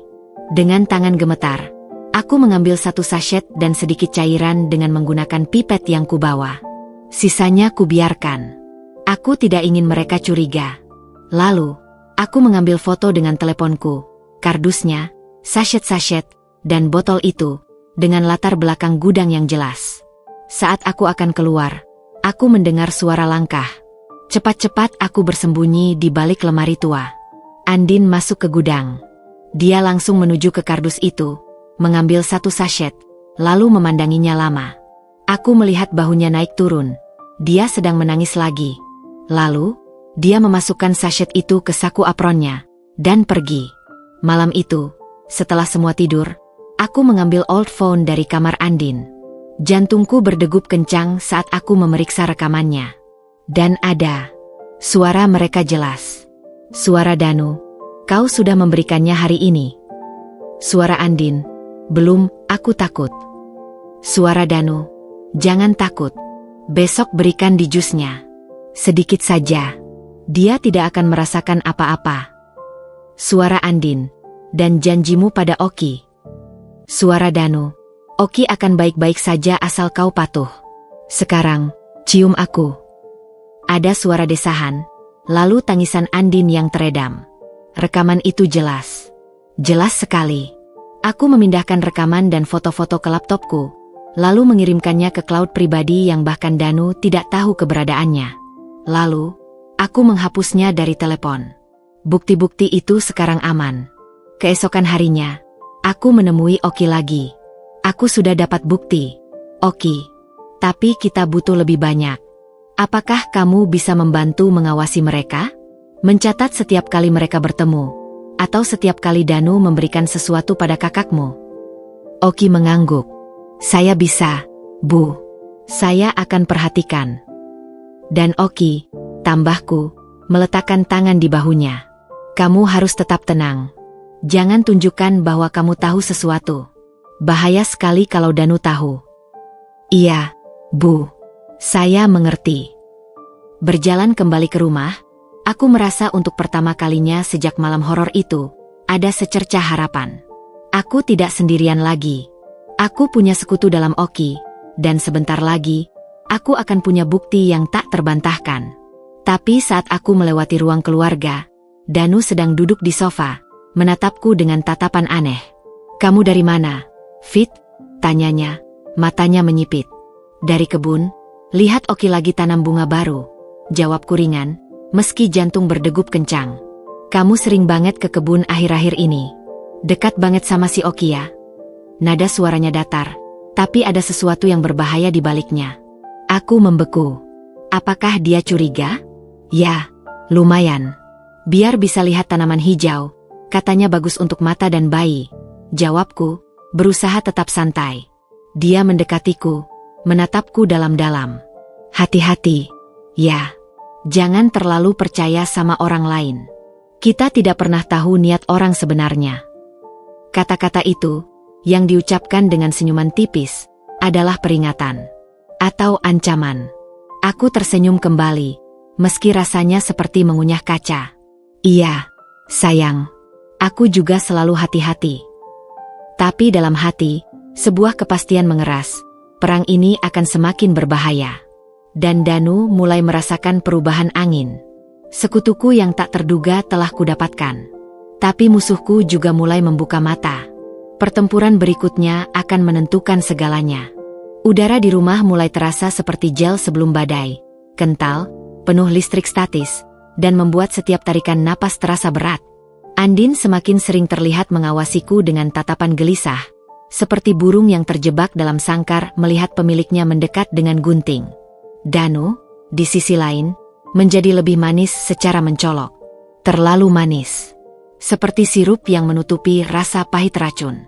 Fit, sayang, aku dengar jus tebu bagus untuk ibu hamil. Banyak zat besi, ujarnya suatu sore, sambil mengelus-elus punggungku di sofa. Sentuhannya membuat bulu kuduku berdiri. Aku sudah pesan ke Andin untuk beli tebu segar di pasar besok. Dia akan buatkan jus untukmu setiap pagi. Jus. Cairan. Medium yang sempurna untuk menyamarkan rasa aneh. Jus tebu yang manisnya legit bisa menutupi kepahitan racun apapun. Hatiku berdebar kencang, tapi wajahku tetap tenang. Wah, kamu perhatian banget. Terima kasih. Yah. Dia mengecup keningku. Untuk kamu dan bayi kita, apapun. Kata-kata itu menggantung di udara, penuh dengan ironi yang hanya aku yang mengerti. Malam itu, aku tidak bisa tidur. Pikiranku berputar-putar. Mereka akan menggunakan jus tebu. Aku harus siap. Aku sudah punya bukti rekaman dan foto, tapi butuh lebih banyak. Butuh bukti langsung saat mereka merencanakan penggunaannya, atau lebih baik lagi, saat mereka mencampurkannya. Keesokan paginya, seperti yang dijanjikan, segelas besar jus tebu berwarna hijau pucat sudah menungguku di meja makan. Andin tidak menatapku saat menghidangkannya.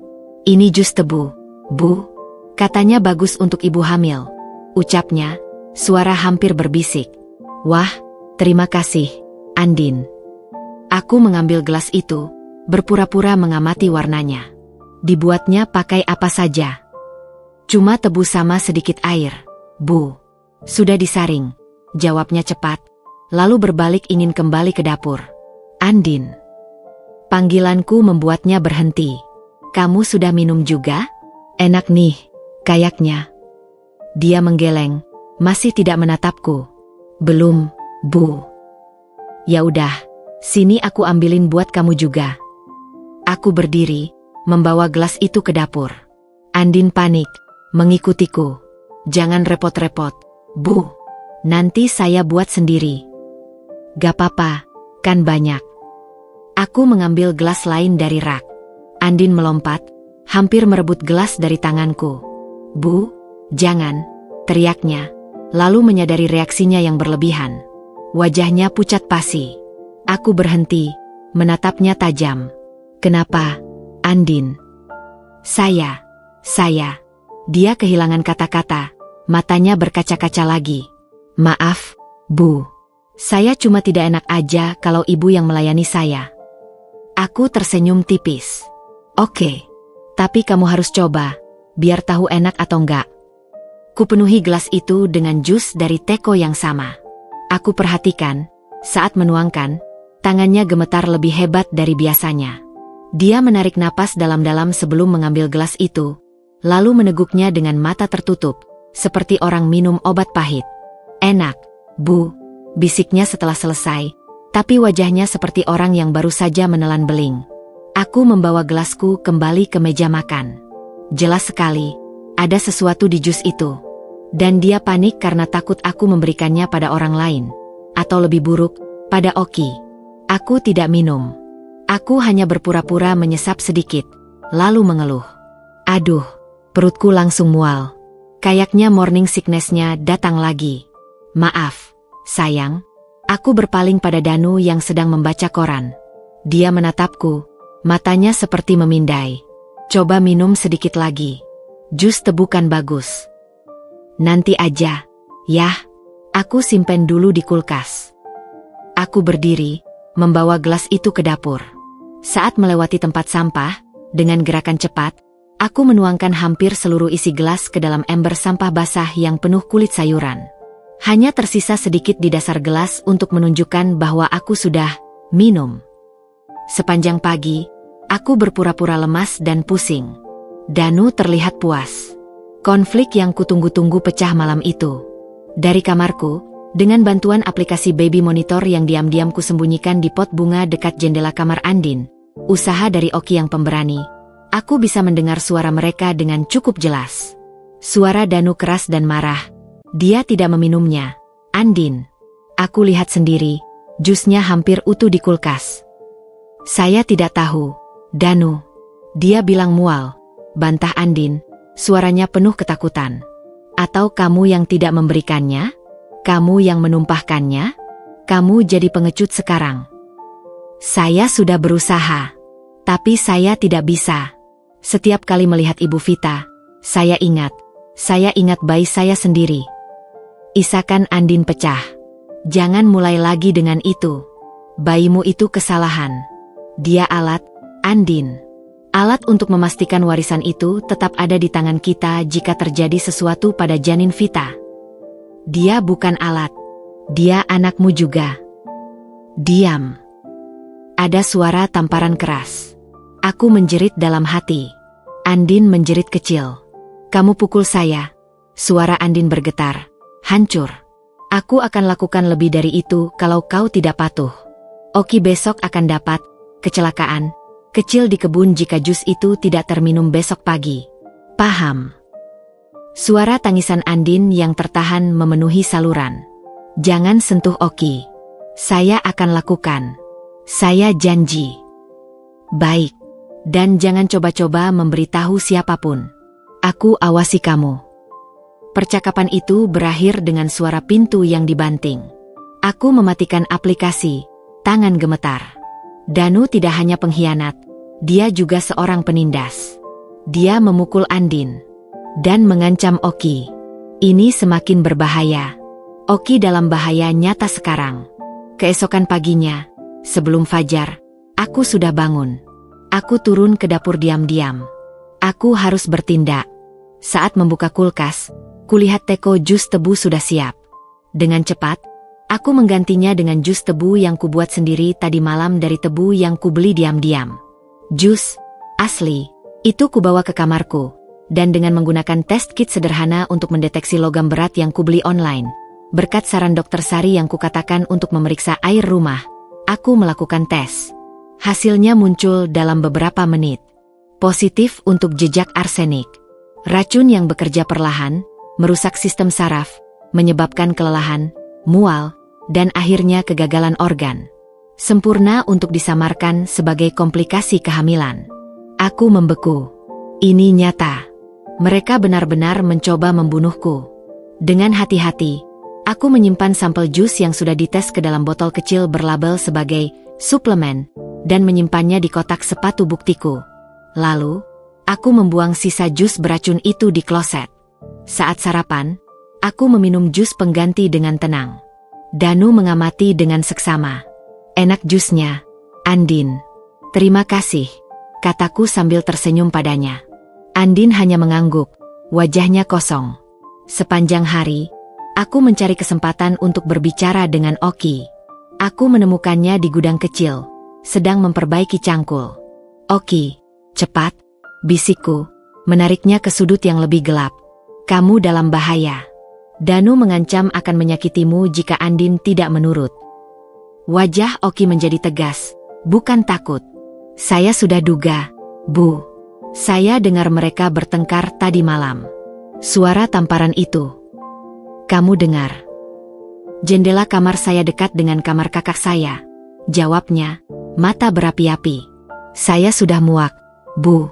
Saya tidak bisa lihat kakak saya disakiti lagi.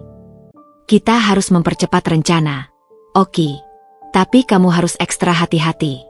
Jangan dekat-dekat Danu sendirian. Selalu pastikan ada orang lain.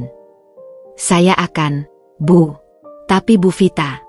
Apa kita tidak bisa lapor polisi sekarang? Kita sudah punya rekaman. Aku menggeleng. Belum cukup kuat. Dia bisa bilang itu hanya omongan. Atau rekaman palsu. Kita butuh dia tertangkap basah. Atau kita butuh racunnya dengan sidik jarinya. Oki berpikir keras. Saya punya ide. Besok Danu janji mau ketemu supplier racunnya lagi di parkiran supermarket. Saya pernah lihat mereka. Saya bisa ikut, ambil fotonya pakai telepon. Itu berisiko sangat besar. Terlalu berbahaya, Oki. Kalau ketahuan. Tapi kalau kita dapat foto dia bertransaksi, itu bukti kuat, kan?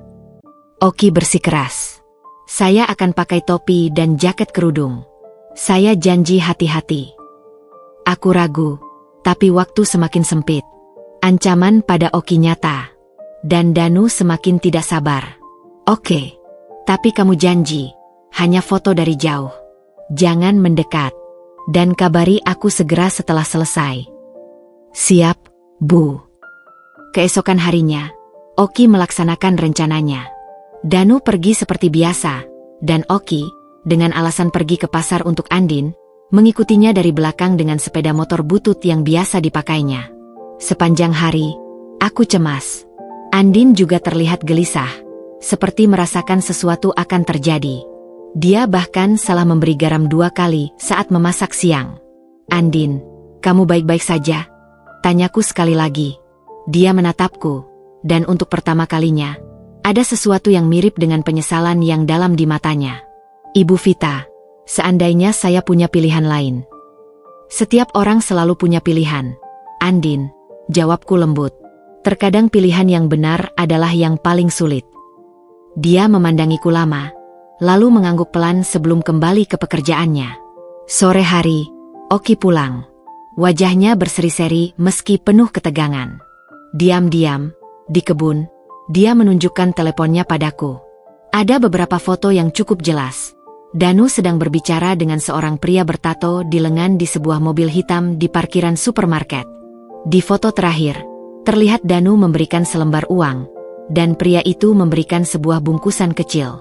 Saya rekam juga sedikit videonya, bisik Oki, memutar video pendek. Suaranya kurang jelas, tapi kata-kata, dosis lebih kuat, dan bayar lunas nanti, bisa terdengar. Ini emas. Bukti langsung penghubungan Danu dengan supplier racun. Bagus sekali, Oki. Tapi ini sangat berbahaya. Kamu yakin tidak ada yang melihatmu? Saya yakin, Bu. Saya pakai helm penuh dan parkir jauh. Aku memeluknya sebentar. Terima kasih, Oki. Kamu pemberani. Dia tersipu. Untuk kakak saya, dan untuk ibu. Malam itu, badai benar-benar pecah. Danu pulang dengan wajah gelap. Dia langsung mencari Andin, yang sedang menyetrika di ruang jemur kamu. Hardiknya, suara menggelegar bahkan sampai ke ruang tamu tempatku berpura-pura membaca. Apa kau ada bicara pada siapapun tentang kita? Tentang barang kita? Tidak. Saya tidak bicara apa-apa. Bantah Andin, ketakutan. Lalu kenapa ada orang yang mengikutiku hari ini? Mengambil fotoku. Darahku membeku. Oki ketahuan? Saya tidak tahu. Danu. Mungkin itu debt collector kamu. Jerit Andin, putus asa. Diam. Tamparan lagi. Kali ini lebih keras. Aku mendengar suara tubuh terjatuh dan Andin menangis. Aku tidak tahan lagi. Aku berjalan ke ruang jemur. Apa yang terjadi? Tanyaku, berpura-pura kaget melihat Andin terjatuh dan Danu yang berdiri dengan napas memburu. Tidak ada apa-apa, sayang. Danu berusaha menenangkan diri. Andin kurang ajar, jadi aku sedikit marah. Aku melihat Andin. Bibirnya sudah berdarah. Sedikit marah? Dia sampai berdarah. Danu. Dia pembantu. Vita. Jangan ikut campur, bentaknya padaku. Dan untuk pertama kalinya, topeng kesabaran dan kelembutannya benar-benar terlepas di hadapanku. Wajahnya yang biasanya tampan kini bengis, penuh amarah dan frustrasi yang tak terbendung. Aku berdiri tegak, menatapnya tanpa takut. Di rumah ini, tidak ada yang boleh disakiti. Siapapun dia. Kami saling tatap, Pertempuran diam-diam pertama kami yang terbuka. Udara di antara kami penuh dengan permusuhan yang tak terucapkan. Akhirnya, Danu menghela napas, menjalankan tangannya di wajahnya. Maaf, Fit. Aku stres. Urusan kantor. Dia pergi, meninggalkan aku dan Andin yang terluka. Aku membantu Andin berdiri, mengambil tisu untuk membersihkan darah di bibirnya. Dia menatapku, matanya penuh dengan rasa sakit, rasa bersalah, dan sesuatu yang mirip dengan penyesalan yang mendalam. Ibu, lari, bisiknya, hampir tidak terdengar. Larilah dari sini. Dia semakin gila. Itu adalah peringatan. Dan itu datang dari mulut orang yang selama ini berusaha meracuniku. Aku tidak bisa lari, Andin. Tapi kamu bisa. Bawa Oki, pergi dari sini. Dia menggeleng, air mata mengalir deras. Saya tidak bisa. Dia pegang sesuatu yang bisa menghancurkan Oki. Apa itu? Tapi dia hanya menggeleng lagi, lalu menarik diri dariku dan lari ke kamarnya. Malam itu, aku tidur dengan pintu kamar terkunci, sesuatu yang belum pernah kulakukan sebelumnya. Danu tidur di sofa, atau mungkin dia tidak tidur sama sekali. Racun dalam tebu hanyalah simbol. Racun sebenarnya telah merasuki seluruh rumah ini, meracuni setiap hubungan, setiap kepercayaan.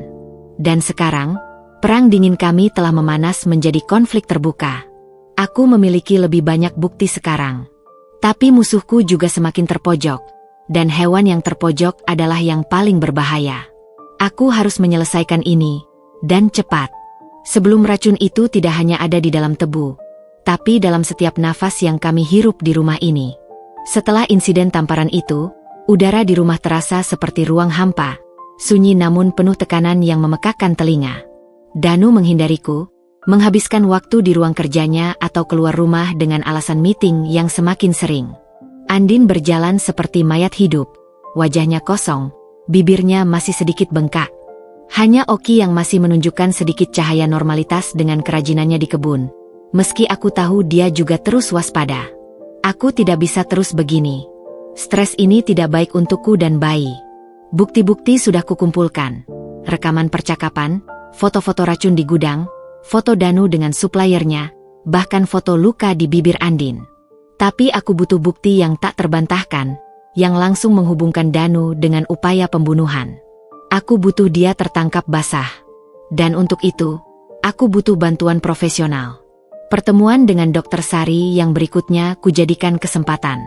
Kali ini, aku datang sendirian. Danu sedang sibuk, dan aku bersyukur.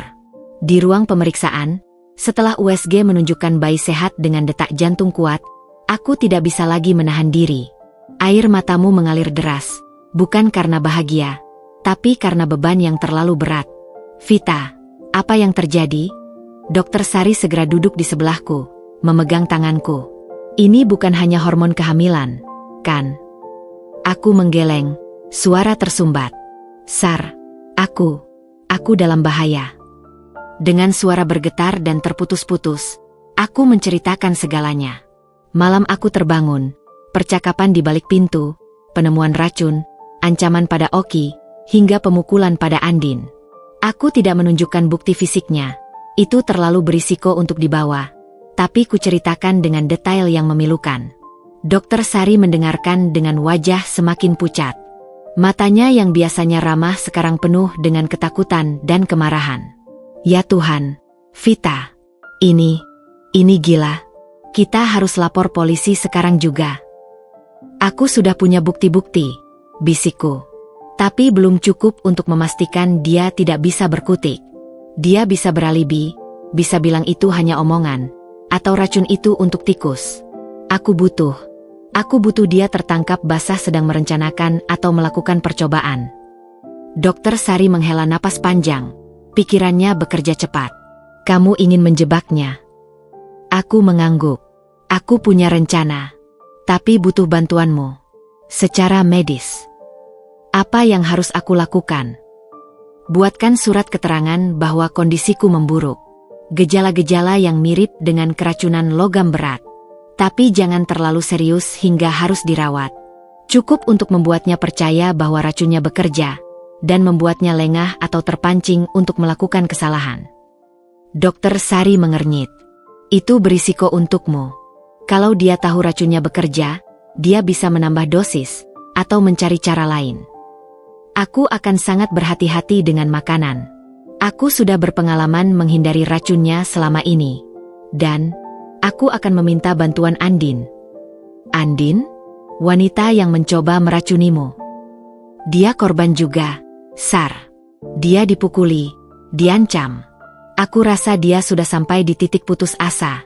Aku ingin memberinya kesempatan untuk berbalik. Dokter Sari merenung lama. Ini sangat berbahaya, Vita. Tapi aku mengerti. Kamu tidak punya banyak pilihan. Dia meraih kertas resep. Aku akan buatkan surat untuk pemeriksaan darah lengkap dan toksikologi. Aku akan telepon ke lab untuk memperlambat hasilnya, dan nanti akan kukabarkan pada Danu, sebagai temanmu, bahwa ada indikasi keracunan arsenik ringan tetapi perlu observasi lebih lanjut. Itu akan membuatnya percaya racunnya bekerja tapi belum mematikan. Itu sempurna, jawabku. Terima kasih, Sar. Jangan bicara soal terima kasih. Aku akan lakukan lebih. Aku akan catat setiap keluhanmu secara detail di rekam medis. Itu akan jadi bukti dokumentasi yang sah secara hukum. Dia menggenggam tanganku erat. Tapi kamu harus berjanji padaku. Jika keadaan semakin berbahaya, kamu akan langsung ke polisi. Atau lebih baik, tinggalkan rumah itu sekarang dan tinggal bersamaku.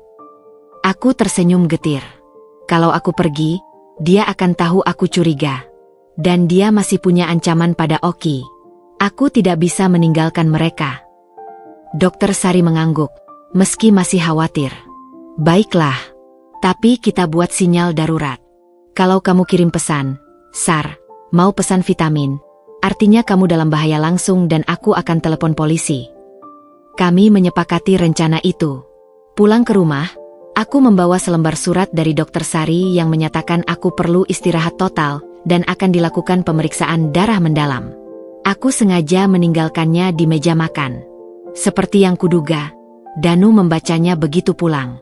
Pemeriksaan darah? Kenapa? Tanyanya, mencoba terdengar khawatir. Dokter Sari bilang aku lemas terus, pusing, dan mual berlebihan. Dia khawatir ada infeksi atau sesuatu yang lain. Jawabku, berbaring di sofa dengan handuk dingin di dahi. Dia bilang harus cek toksikologi juga. Untuk pastikan tidak ada paparan zat berbahaya. Tiba-tiba, perhatian Danu menjadi sangat intens. Zat berbahaya? Seperti apa? Dia tidak bilang spesifik. Tapi katanya, dari gejalaku, mirip dengan beberapa kasus paparan lingkungan. Mungkin dari air atau makanan. Aku memejamkan mata, berpura-pura lelah. Aku juga heran. Makanan kan selalu sama, dari dapur kita. Dia diam sejenak. Jangan khawatir, sayang.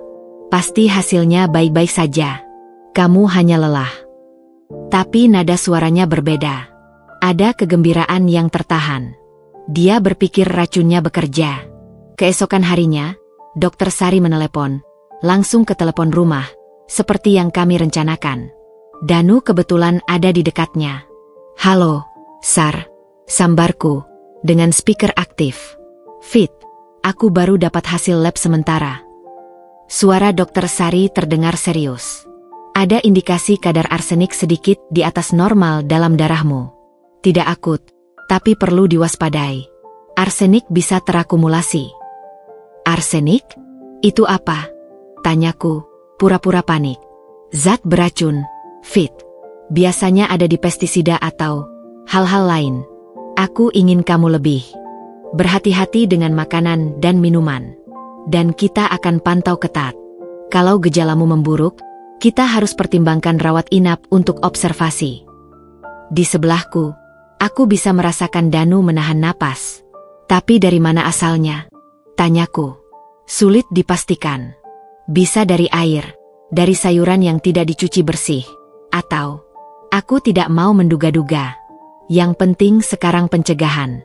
Kamu masih bisa di rumah, tapi istirahat total. Dan pastikan semua yang kamu konsumsi benar-benar aman. Setelah telepon berakhir, Danu segera mendekat. Arsenik? Di darahmu. Aku mengangguk, pura-pura ketakutan. Aku tidak mengerti. Danu, apa kita punya masalah di air? Mungkin, katanya, tapi matanya berbinar. Dia percaya. Racunnya bekerja.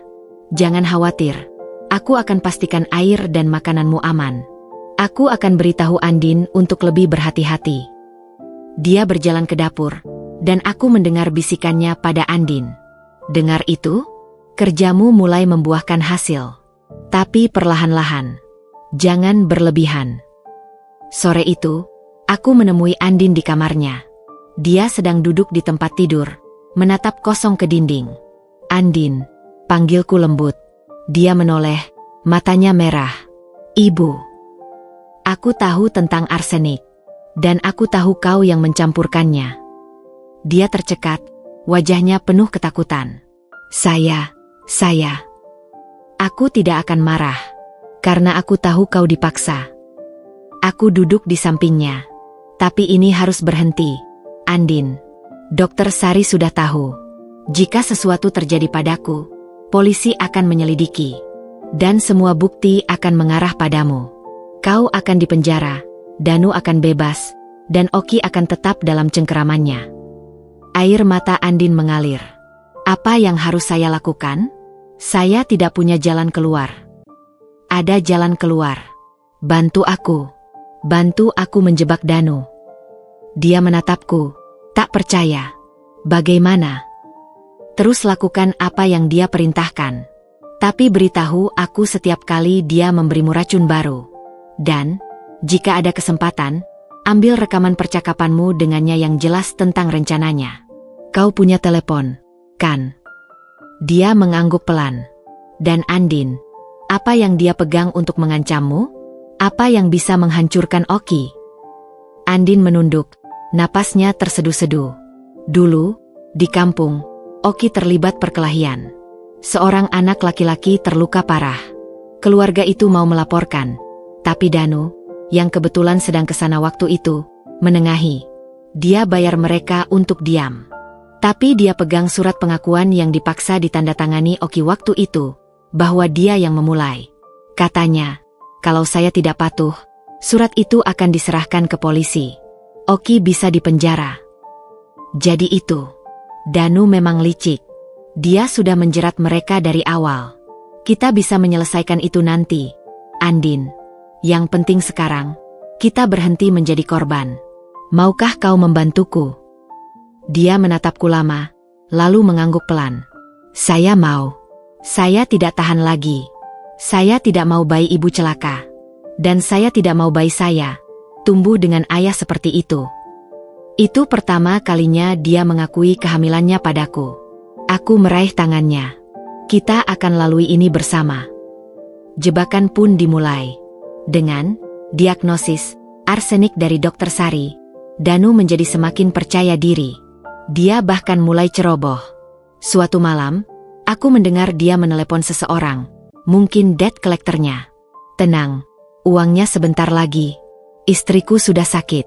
Beberapa minggu lagi, warisannya bisa dicairkan. Dia berpikir kematianku sudah dekat. Andin, di sisi lain, mulai membantuku diam-diam. Dia memberitahuku bahwa Danu memberinya racun baru, lebih kuat. Dan dia berhasil merekam percakapan singkat di mana Danu dengan jelas menyebutkan, pastikan dia minum ini. Ini akan mempercepat proses. Rekaman itu kuserahkan pada Oki untuk disimpan di tempat aman di luar rumah, di kos temannya. Kami juga menemukan bahwa Danu berencana pergi, bisnis, selama 3 hari keluar kota minggu depan. Itu kesempatan kami. Saat dia tidak di rumah, kami bisa mengamankan bukti-bukti, dan mungkin menyiapkan kejutan untuk kepulangannya. Hari H pun tiba. Danu berangkat pagi-pagi dengan koper. Aku akan kembali Kamis sore. Sayang, istirahat yang cukup. Andin akan jagain kamu.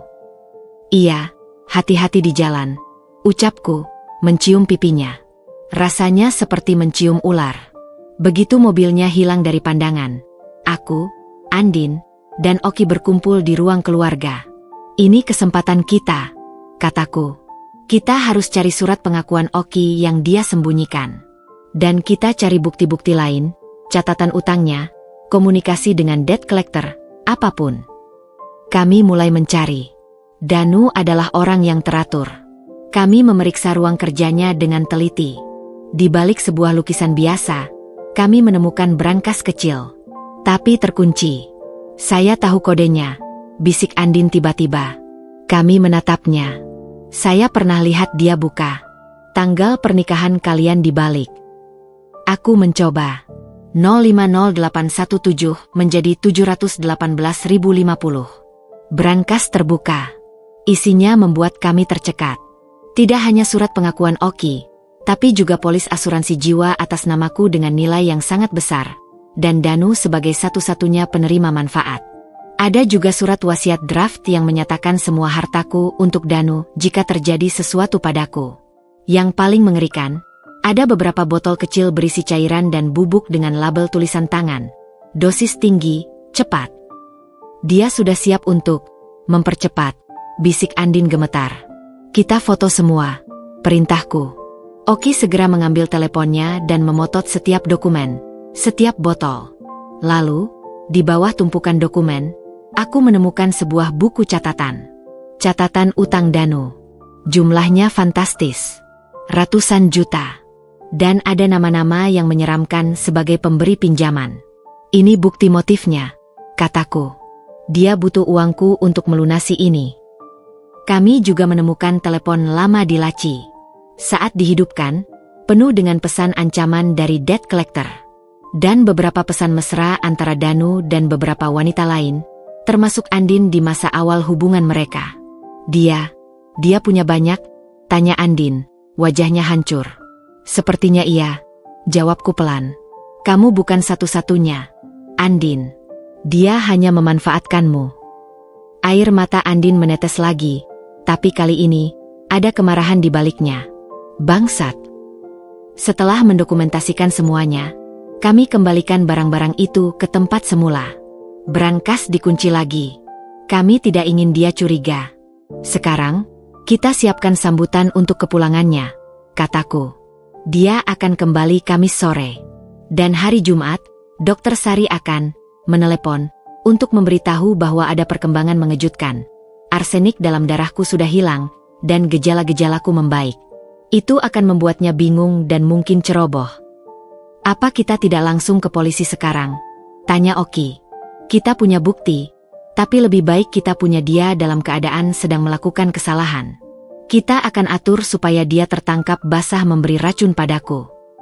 Rencananya adalah, saat Danu pulang, aku akan berpura-pura sangat lemah, hampir tidak bisa bangun dari tempat tidur. Andin akan melaporkan bahwa aku hampir tidak makan. Itu akan membuatnya berpikir racunnya hampir berhasil. Lalu, dia akan memberi Andin racun terakhir untuk mempercepat.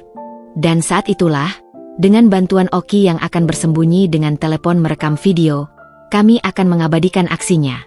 3 hari itu kami gunakan untuk menyiapkan semuanya. Aku juga menghubungi pengacara tua orang tuaku, Pak Haryanto, dan menceritakan situasinya. Dia setuju untuk standby dan siap mengambil tindakan hukum segera setelah kami memberikan bukti akhir. Kamis sore tiba. Danu pulang tepat waktu. Dia langsung menemuiku di kamar, di mana aku berbaring dengan wajah pucat yang kubuat dengan bedak dan lipstik pucat. Fit, sayang, kamu bagaimana?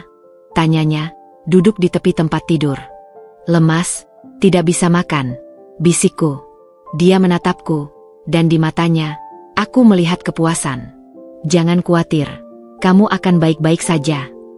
Malam itu, seperti yang kami duga, dia memanggil Andin ke ruang kerjanya.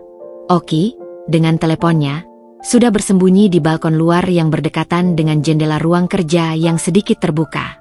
Kami tidak bisa mendengar percakapan mereka langsung, tapi setelahnya, Andin datang padaku dengan wajah pucat dan sebuah bungkus kecil di tangannya. Dia berikan ini. Bilang harus dicampurkan di susu malammu. Katanya, ini yang terakhir. Jebakan sudah diatur. Kami siap. Tapi yang tidak kami siapkan adalah, Danu ternyata lebih licik dari yang kami kira. Saat tengah malam, saat semua seharusnya sudah tidur, Aku mendengar langkah pelan di koridor. Bukan menuju kamarku, tapi menuju kamar Andin. Aku bangun, membuka pintu pelan. Danu masuk ke kamar Andin. Aku mendengar suara mereka. "Kau yakin dia akan meminum susunya?" tanya Danu. "Yakin," jawab Andin, suara gemetar. "Baik, karena aku punya rencana cadangan.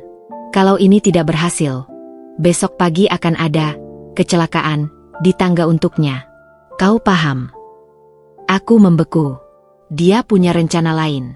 Lebih langsung. Lebih kejam. "Tidak.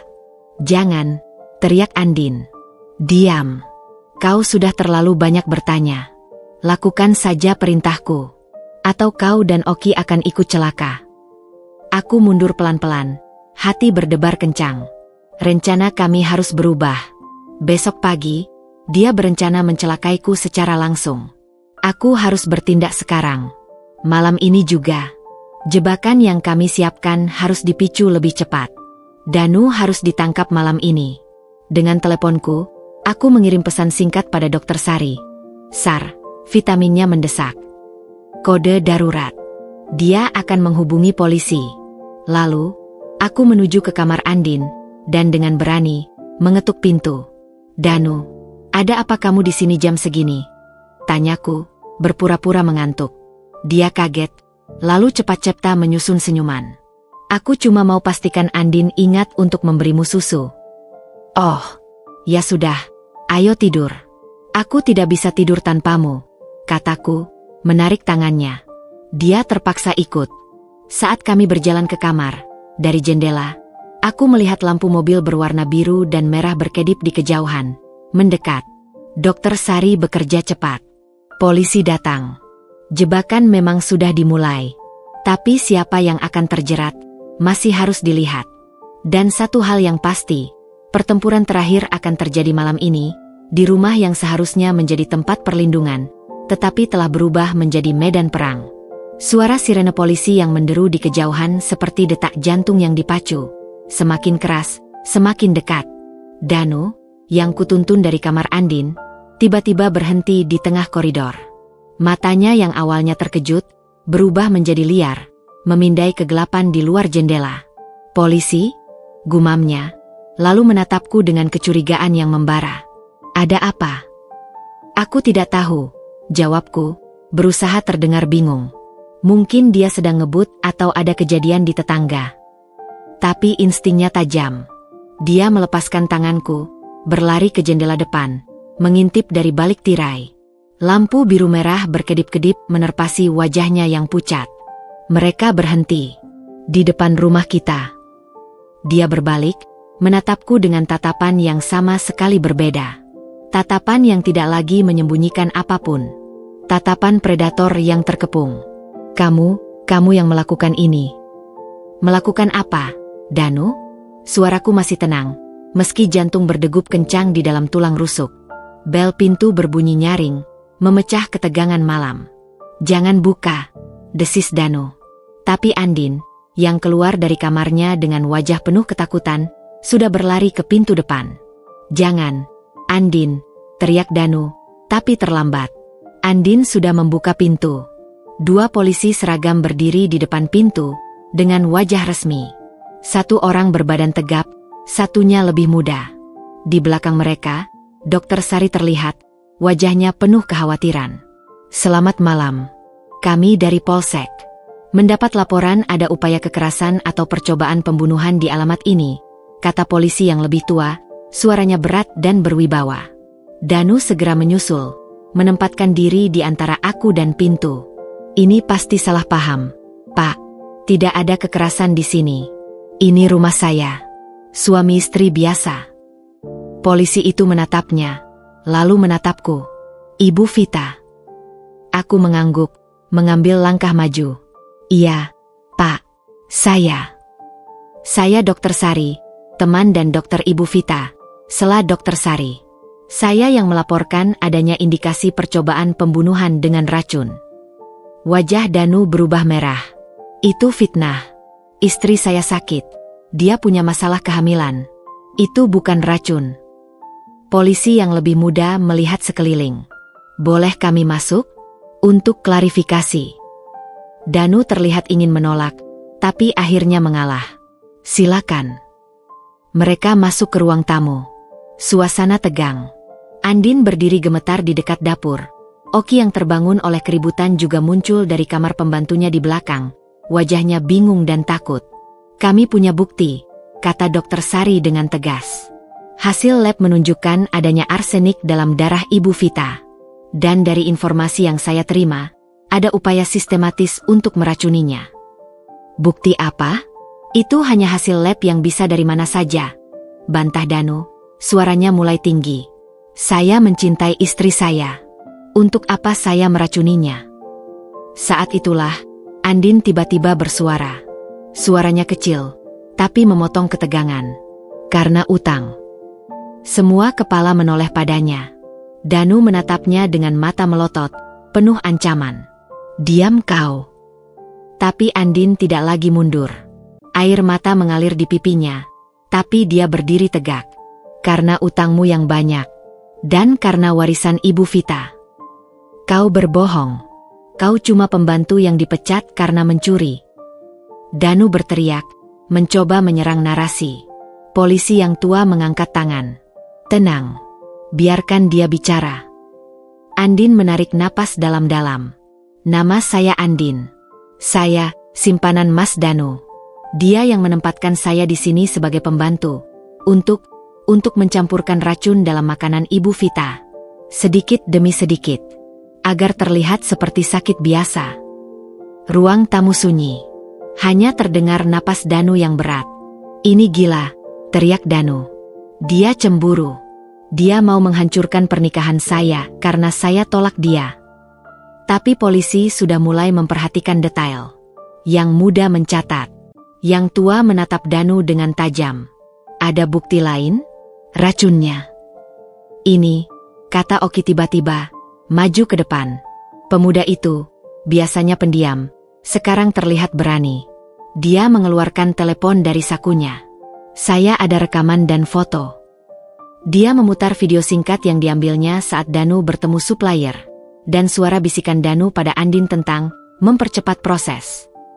Wajah Danu menjadi abu-abu. Dia melihat sekeliling. Seperti hewan yang terpojok. Matanya berpindah dari aku, ke Andin, ke Oki, ke polisi. Ini konspirasi. Mereka bekerja sama menjatuhkan saya. Dan ada ini, tambahku dengan suara tenang. Aku mengeluarkan teleponku, menunjukkan foto-foto berangkas berisi polis asuransi, wasiat, dan botol-botol racun. Semua ada di berangkas di ruang kerjanya. Kode berangkasnya tanggal pernikahan kami terbalik. Itu pukulan telak. Danu tahu permainannya hampir berakhir.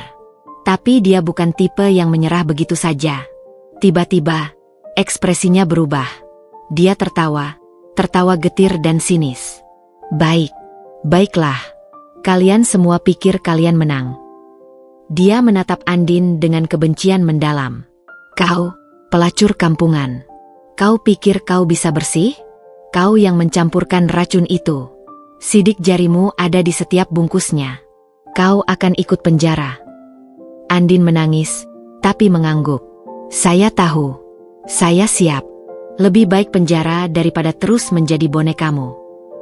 Lalu Danu menatap Oki. Dan kau, anak kecil. Surat pengakuanmu masih saya simpan. Kau akan dihukum karena penganiayaan berat. Oki menggigit bibir, tapi tidak menunduk. Saya lebih baik menghadapi itu daripada terus hidup dalam ketakutan. Terakhir, dia menatapku. Tatapannya penuh dengan kebencian yang begitu dalam, hingga membuatku merinding. Dan kau, Vita, istri saya yang sempurna. Kau pikir kau pintar? Kau pikir kau menang? Kau akan hidup dengan mengetahui bahwa suamimu, orang yang tidur di sampingmu selama 5 tahun, membencimu hingga ingin membunuhmu. Itu akan menghantuimu selamanya. Dan bayi dalam kandunganmu, dia akan tumbuh tanpa ayah. Karena kau yang mengirim ayahnya ke penjara. Kata-katanya seperti racun terakhir yang dia semprotkan. Tapi aku tidak goyah. Dia akan tumbuh dengan mengetahui bahwa ibunya cukup kuat untuk melindunginya dari monster seperti kamu. Dokter Sari memegang lenganku, memberikan dukungan. Polisi yang tua akhirnya bicara. Bapak Danu, kami harus membawa Anda untuk pemeriksaan lebih lanjut. Dan kami akan mengamankan barang bukti di brankas Anda. Tunggu, kata Danu, tiba-tiba tenang. Tenang yang menyeramkan. Saya mau bicara dengan istri saya. Privat. Sebentar saja. Polisi saling pandang. Tidak disarankan, kata yang tua. Tolong. Sebagai permintaan terakhir sebelum kalian menghancurkan hidup saya. Danu menatapku. Vita, please. 5 menit saja. Aku ragu. Dokter Sari menggenggam tanganku lebih erat. Jangan, Fit. Tapi sesuatu dalam diriku ingin mendengar. Ingin melihat sampai sejauh apa dia akan membenamkan dirinya. 5 menit, kataku akhirnya. Kami masuk ke ruang kerja. Dengan pintu terbuka dan polisi berdiri di ambang pintu. Tetap waspada. Danu menutup pintu perlahan, tapi tidak mengunci. Di dalam ruangan yang akrab tapi sekarang terasa asing, dia berdiri menghadapku. Wajahnya yang tampan itu terlihat tua dan lelah dalam cahaya lampu meja. Vita, bisiknya, suaranya tiba-tiba lembut, seperti dulu. Kamu benar-benar mau menghancurkan semua ini? 5 tahun pernikahan kita. Kamu yang menghancurkannya, Danu, bukan aku. Dia menghela napas. Aku tahu. Aku terjebak. Utang itu, mereka akan membunuhku. Aku tidak punya pilihan. Selalu ada pilihan. Kamu bisa bicara padaku. Kita bisa selesaikan bersama. Dia menggeleng, senyum getir. Kamu tidak akan mengerti. Kebanggaan seorang pria. Dia mendekat selangkah. Tapi sekarang, ada cara lain. Dengarkan aku. Kita bisa bekerja sama. Kamu tarik laporan polisi itu. Bilang itu salah paham. Nanti kita urus semuanya. Aku janji akan berubah. Untukmu, untuk bayi kita. Aku memandangnya, hampir merasa kasihan. Hampir. Dan Andin? Dan bayinya. Kita urus. Kita beri mereka uang. Mereka pergi. Oki juga. Semua akan beres. Tangannya meraih tanganku. Kita bisa mulai lagi, Fit. Seperti dulu. Sentuhannya yang dulu hangat, sekarang terasa dingin dan menjijikkan. Aku menarik tanganku. Tidak, Danu. Tidak ada, kita, lagi. Kamu mencoba membunuhku. Kamu mencoba membunuh anak kita sendiri. Ekspresinya berubah lagi. Lembut itu menghilang, digantikan oleh kekecewaan yang dingin. Jadi itu pilihanmu. Kau pilih untuk menjadi janda, dan membuat anakmu menjadi yatim. Lebih baik yatim daripada memiliki ayah pembunuh. Dia diam sejenak, lalu tertawa pelan. Kau tahu, aku pernah benar-benar mencintaimu. Di awal. Tapi kemudian warisan orang tuamu. Itu menggoda. Dan kebosanan. Andin, dia hanya hiburan. Mendengar pengakuannya yang dingin dan tanpa penyesalan, hatiku yang terakhir mungkin masih berharap untuk penyesalan, akhirnya mati sepenuhnya. 5 menit sudah, kataku, berbalik ingin membuka pintu.